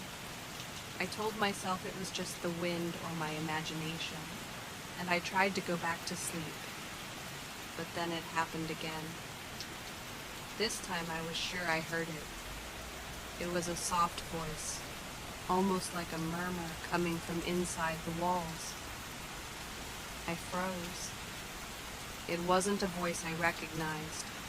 It wasn't anyone I knew, and it wasn't coming from the street outside or the apartment next door. The voice seemed to be whispering directly to me, but I couldn't make out the words. My skin prickled, and I felt a wave of cold air wash over me despite the warmth of the room. I grabbed my phone from the nightstand, turning on the flashlight and shining it around the room. There was nothing there. I checked the closet, the bathroom, even under the bed, but everything was as it should be. Just when I thought I had imagined the whole thing, I heard it again. A whisper, low and urgent, coming from the wall behind my head. My blood ran cold. I pressed my ear against the wall, trying to make sense of what I was hearing. It was still faint, but this time I could almost make out the word, help. And then a series of unintelligible mutters. I jerked back, my heart racing. I had never been one to believe in ghosts or anything supernatural, but in that moment, I was convinced that something was wrong with this apartment.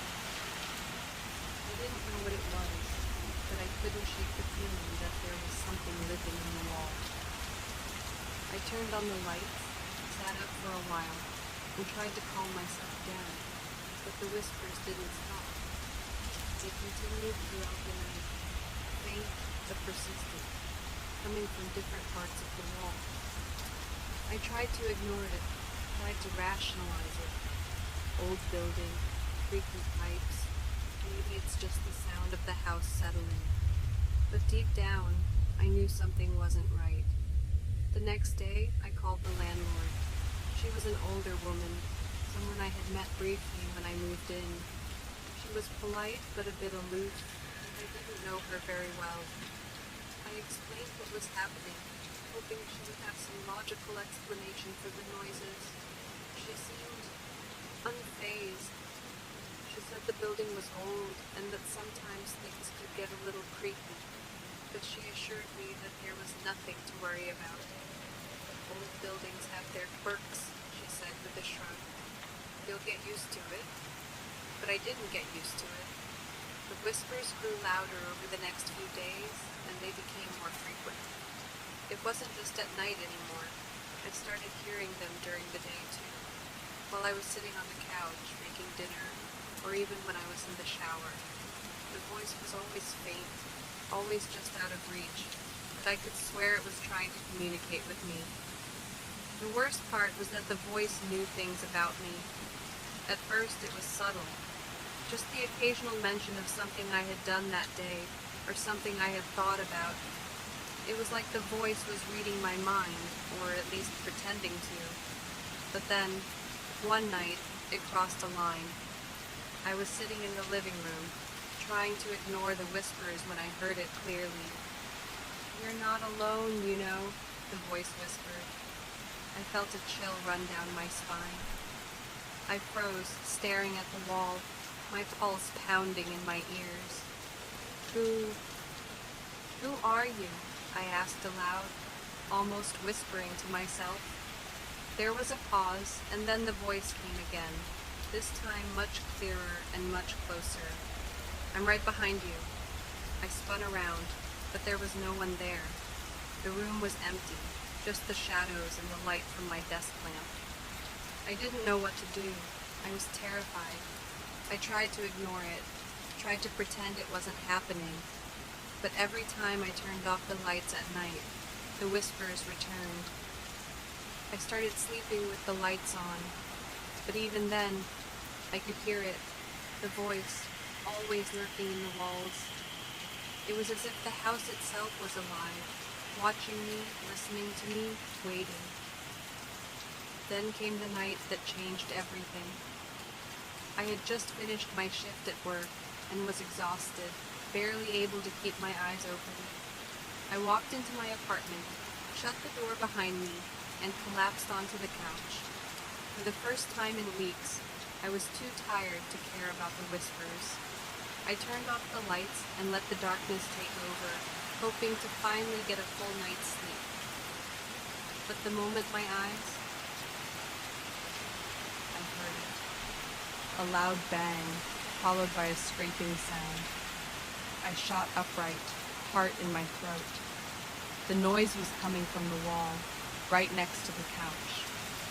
I grabbed my phone, using its flashlight to scan the room, but there was nothing there. I could hear the scraping again, followed by more bangs, louder this time as if something was trying to break through the wall. I stood up, trembling, and backed away slowly. The room seemed to grow colder, the air heavier. The whispers started again, but this time it wasn't a voice. It was a growl, low and guttural, like something was trying to speak through a mouthful of gravel. I couldn't breathe. I couldn't think. The sound was so intense that it felt like the walls were closing in on me. I ran out of the apartment, slamming the door behind me. I stood outside in the hallway, heart pounding in my chest, trying to collect myself. I didn't know what was happening, but I couldn't stay there another minute. I ran down the stairs and out into the street, not caring where I went, just needing to get away from that apartment, from the whispers, from whatever was in the walls. I stayed at a friend's place that night, and when I returned the next day, I found that the apartment had been completely silent. The whispers had stopped, the scratching had stopped. Everything was normal, but too normal. I didn't know if I had imagined the whole thing, if I had just been overtired or stressed, but I knew that I couldn't stay there any longer. I packed up my things and moved out within the week. I never told anyone what happened because honestly, I'm not sure I believe it myself. But I know one thing for sure. Whatever was in those walls, it was waiting for me. And now that I'm gone, I know that it was still there. Doing this. There's no way I'm ever going back. I never owned a full-length mirror. I live alone in a tiny apartment, just a bedroom, bathroom, and kitchen. The only mirror I had was the one above my bathroom sink. So when I woke up one morning and saw a tall antique mirror standing against my bedroom wall, I felt my stomach drop. I didn't buy this. I stared at it, my mind racing. Had I forgotten? Had someone broken in and left it? That didn't make any sense. My front door was still locked, the window shut. And yet there it was. The frame was old, carved with intricate patterns, almost organic, like twisting vines or bones. The glass was warped and eaten. I should have thrown it out right then, but I didn't. Instead, I did something stupid. I walked up to it, and I looked. At first, everything seemed normal. My reflection stared back, same messy hair, same tired eyes. But something was off. The longer I looked, the more it felt like my reflection was watching me back, not just mirroring me, observing me. I lifted my hand. My reflection did the same. Perfectly normal. My reflection took a second too long to follow. I stepped back, heart pounding. The air in my room felt wrong, like the pressure had changed. I turned away, refusing to look at it anymore.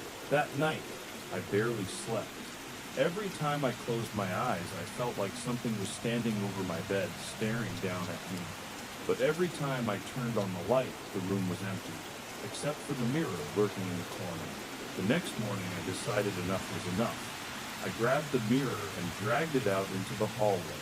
I was going to throw it away, take it to the dumpster. But when I came back from work that night, it was back in my bedroom. I froze in the doorway. My brain refused to make sense of it. Had I forgotten? No. I knew I'd put it outside. I remembered the weight of it, the way my fingers had pressed into the wood frame. I tried to rationalize it. Maybe someone saw it in the hall and assumed it belonged to me. Maybe my land. Put it back inside. I forced myself to ignore it. But that night something changed. At around 3 a.m. I woke up. Not to a noise, not to movement, just a feeling. My room was too quiet. The air felt still, thick with something unspoken. And then I heard it, a soft, faint tapping, coming from the mirror. My chest tightened. I didn't move. Then, again, a quiet, deliberate tap, tap, tap like fingers against glass. Slowly, I turned my head toward the mirror. My reflection was awake, but I hadn't moved. I was still lying down hammering, barely breathing.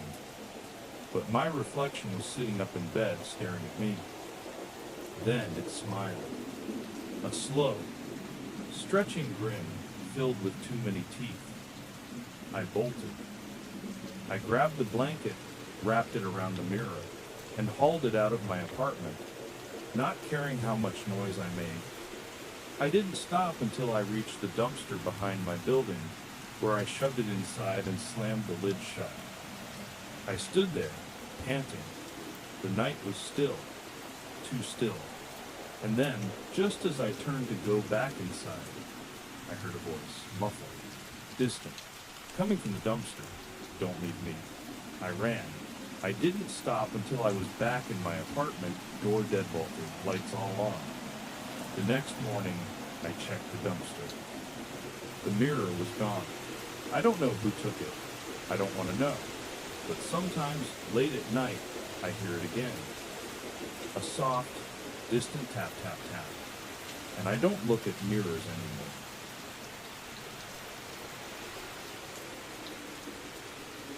I don't talk to my neighbors much. I live in a quiet suburban neighborhood, the kind where people nod politely but don't really interact. But there's one house, the one across the street. I've never seen anyone go in or out.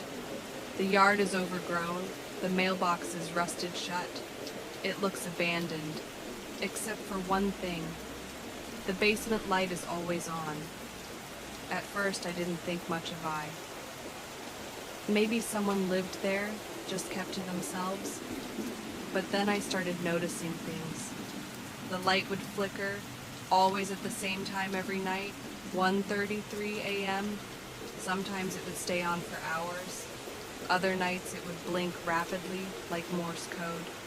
And then, last week, something changed. The light went out. I don't know why, but it bothered me.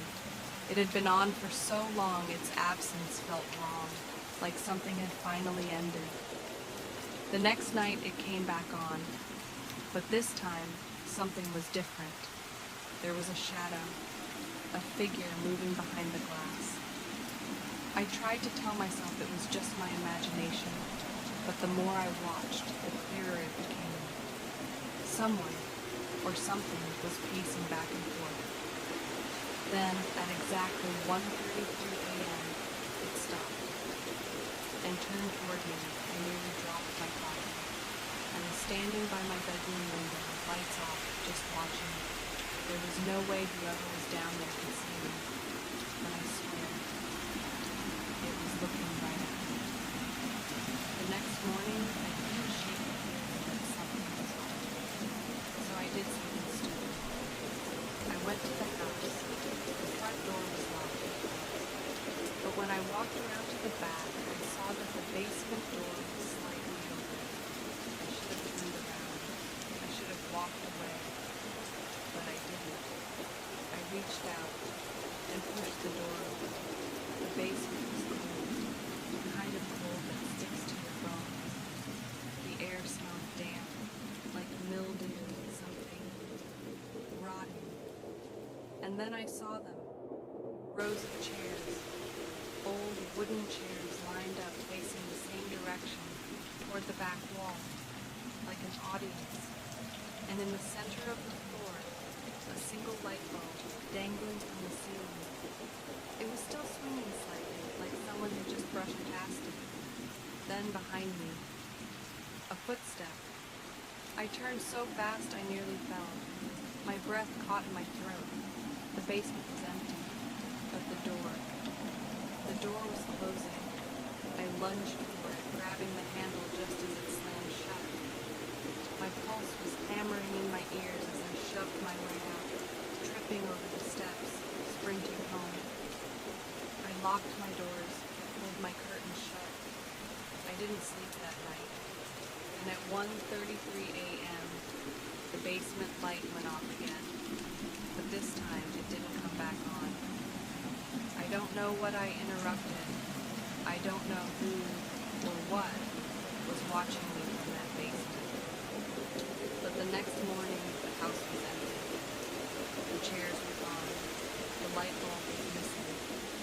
And the basement door wide open, like it was waiting for me to come back.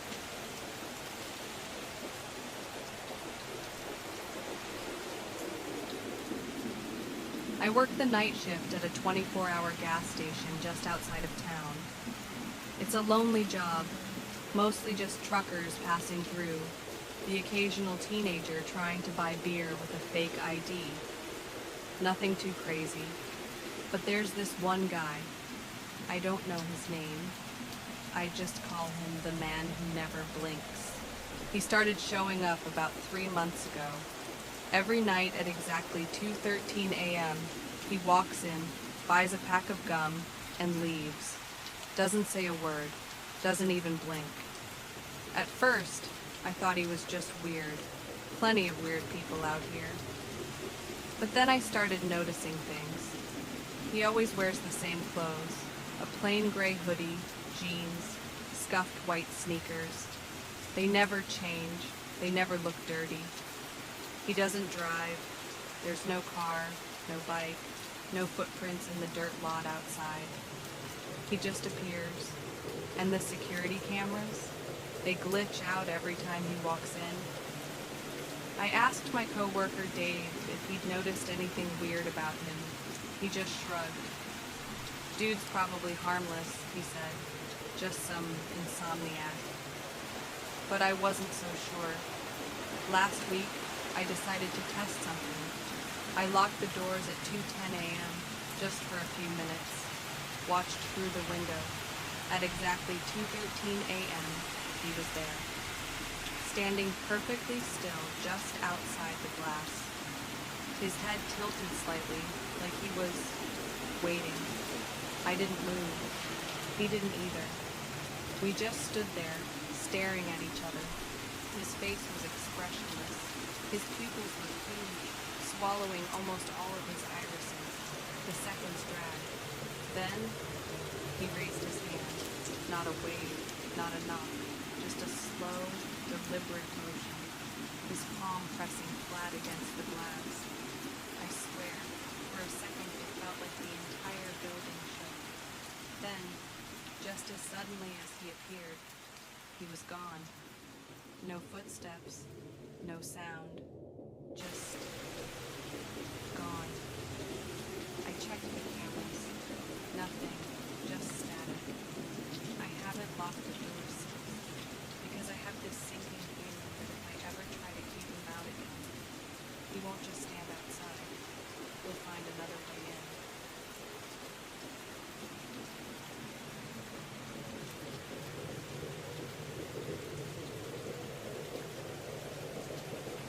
Stepping back before dark. That was the rule. But time moves differently in the woods, and when the sun dipped below the horizon, we realized we were lost. It was me, Josh, and Riley. We'd grown up together, spent every summer exploring the forest behind Josh's house. We knew those woods, or at least, we thought we did. The plan was simple. Hike to the old fire tower, take some pictures, and head back before sunset. We made it to the tower just fine, spent maybe half an hour up there messing around, watching the sun lower in the sky. Then Riley said he heard something, a clicking sound. Probably just a deer, Josh said, but Riley frowned. No, it's weird. Listen. We went silent. Sure enough, there it was. A rhythmic click, click, click, steady, deliberate. Not like an animal moving through the brush, more like something imitating an animal. We laughed it off at first, but then we started walking back. That's when we found the footprints, bare, human, reading in circles. My stomach knotted. Josh forced a chuckle. Alright, now it's creepy. Riley was staring at the prints, brow furrowed. Who the hell is walking out here barefoot? The woods were too thick. The nearest road was miles away, and besides, the tracks. They went normal. The spacing was off, like whoever or whatever had made them didn't walk quite like a person. Go, I said. The clippings moved close to me. We picked up our boots. At first it was fine. We were still joking, still not convinced we were scaring ourselves to nothing. But then, the path started to feel long, like we were walking in circles. Josh wondered if I had passed this street before. I didn't want to believe it, but yeah, we had. A thick oak with deep scars among the bark. I'd run my fingers over it maybe 15 minutes earlier. We're going to go down there. Riley whispered. The air felt heavy, thick with the smell of damp earth and something else. Something rotting. That's when we saw a clearing. A massive tree stood in the center, gnarled and ancient, its bark carved with strange symbols, the kind that looked like they meant something, even if you didn't know what. At its base, a hole, a dark, gaping maw into the earth. Josh swallowed hard. We need to leave. But Riley, he wasn't moving. He was staring at the hole, his breathing shallow. Then he whispered, "Someone's down there." My skin crawled. What? He pointed. I saw something move. I didn't want to look, but I did. The hole was just a void, swallowing light. But as I stared, my vision adjusted. Hand, pale, reaching. Then before I could even scream, I grabbed Riley's ankle. We let out a strangled yell, stumbling backward, but the thing pulled him down. Josh now lunged, grabbing him in the legs, pulling as hard as we could. His eyes were wide but clear, his hands clung to the dirt. Then we heard a voice, soft, warm, "Come down, it's safe." But it wasn't Riley's voice. It sounded like him, but the cadence was off. The words were too slow, too terrifying, like something was learning how to speak. We played harder. Then, suddenly, Riley was free. He fell backward, gasping. The hole was silent. No hand, no movement, just an empty void. Riley was shaken. His knees were ripped at the ankle, his skin covered in long, thin scratches, like fingernails had been digging into him. We didn't say a word. We just ran. I don't remember getting back.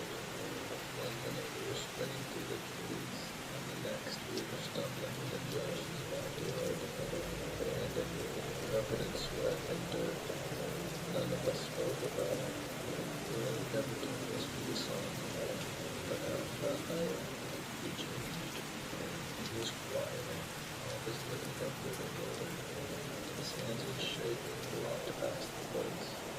Then, a month later, he disappeared. Search parties come to the forest for weeks. No body, no clues, just gone. Josh and I know the truth. He never left. Sometimes when I dream, in the darkness, and heard his voice, soft and quickly would come down its throat.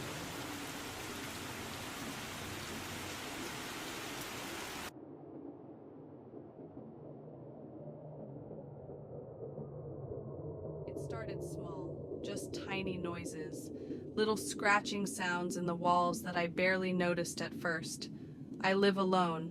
Well, mostly alone. My cat Binks is my only companion. At first I figured it was mice. The house I rent is old, the kind where you can hear every creak, every groan of the wood settling, the kind where you swear the air shifts differently at night. It wasn't until the third night that I realized something was wrong. I woke up around 2 a.m., not sure why. Maybe a dream, maybe instinct. Binks was curled up on my chest, which was odd. He usually sleeps at the foot of the bed. His ears were flattened, his tail puffed up. That's when I heard it. Breathing. Not mine, not Binks's. It was slow, deliberate, coming from somewhere in my room. I froze. My heart pounded so loudly I thought it would give me away. Slowly, I reached for my phone on the nightstand and turned on the screen, letting the faint glow cast across the room. Nothing. But the breathing stopped. I stayed awake until dawn, every muscle tensed, eyes darting to the corners of my room. When the morning light finally bled through my curtains, I convinced myself it had been my imagination. Sleep deprivation does weird things, but then things got worse. The scratching in the walls wasn't just at night anymore. It followed me from room to room, always staying just behind me. I'd be washing dishes and I'd hear it beneath the sink. Watching TV, it was behind the wall. Then the whispering started. At first I thought it was the wind, soft, unintelligible. But one night I pressed my ear against the wall and held my breath. I heard my name, clear as day. I shot away from the wall, my skin crawling. That night I decided I needed to check. I couldn't live like this, feeling like my house was constantly holding its breath, waiting. I grabbed a flashlight, moved my dresser away from the vent cover, and unscrewed it. The air that rushed out was stale. Shining my light inside, I expected to see nothing but dust. But then I saw something move, a shadow shifting, deeper in the crawl space. My throat tightened. My mind screamed at me to run, but I stayed frozen, staring into the darkness. And then, eyes. Two pale, unblinking eyes staring back at me from the vent. I dropped the flashlight. My breath caught in my throat as the thing, whatever it was, began to move. Slow, deliberate shifting. I ran. I didn't even grab my keys. I just bolted out of the house barefoot, feeling the cold pavement against my feet. I made it to my car, locked the doors, and sat there panting, staring at my bedroom window. Something moved behind the curtains. I never went back inside. I called my landlord the next morning. He sounded weirdly unfazed, just muttered something about old houses and things that shouldn't be disturbed. They put the house back up for rent last week. I wonder if the new tenants have noticed the noises in the walls yet.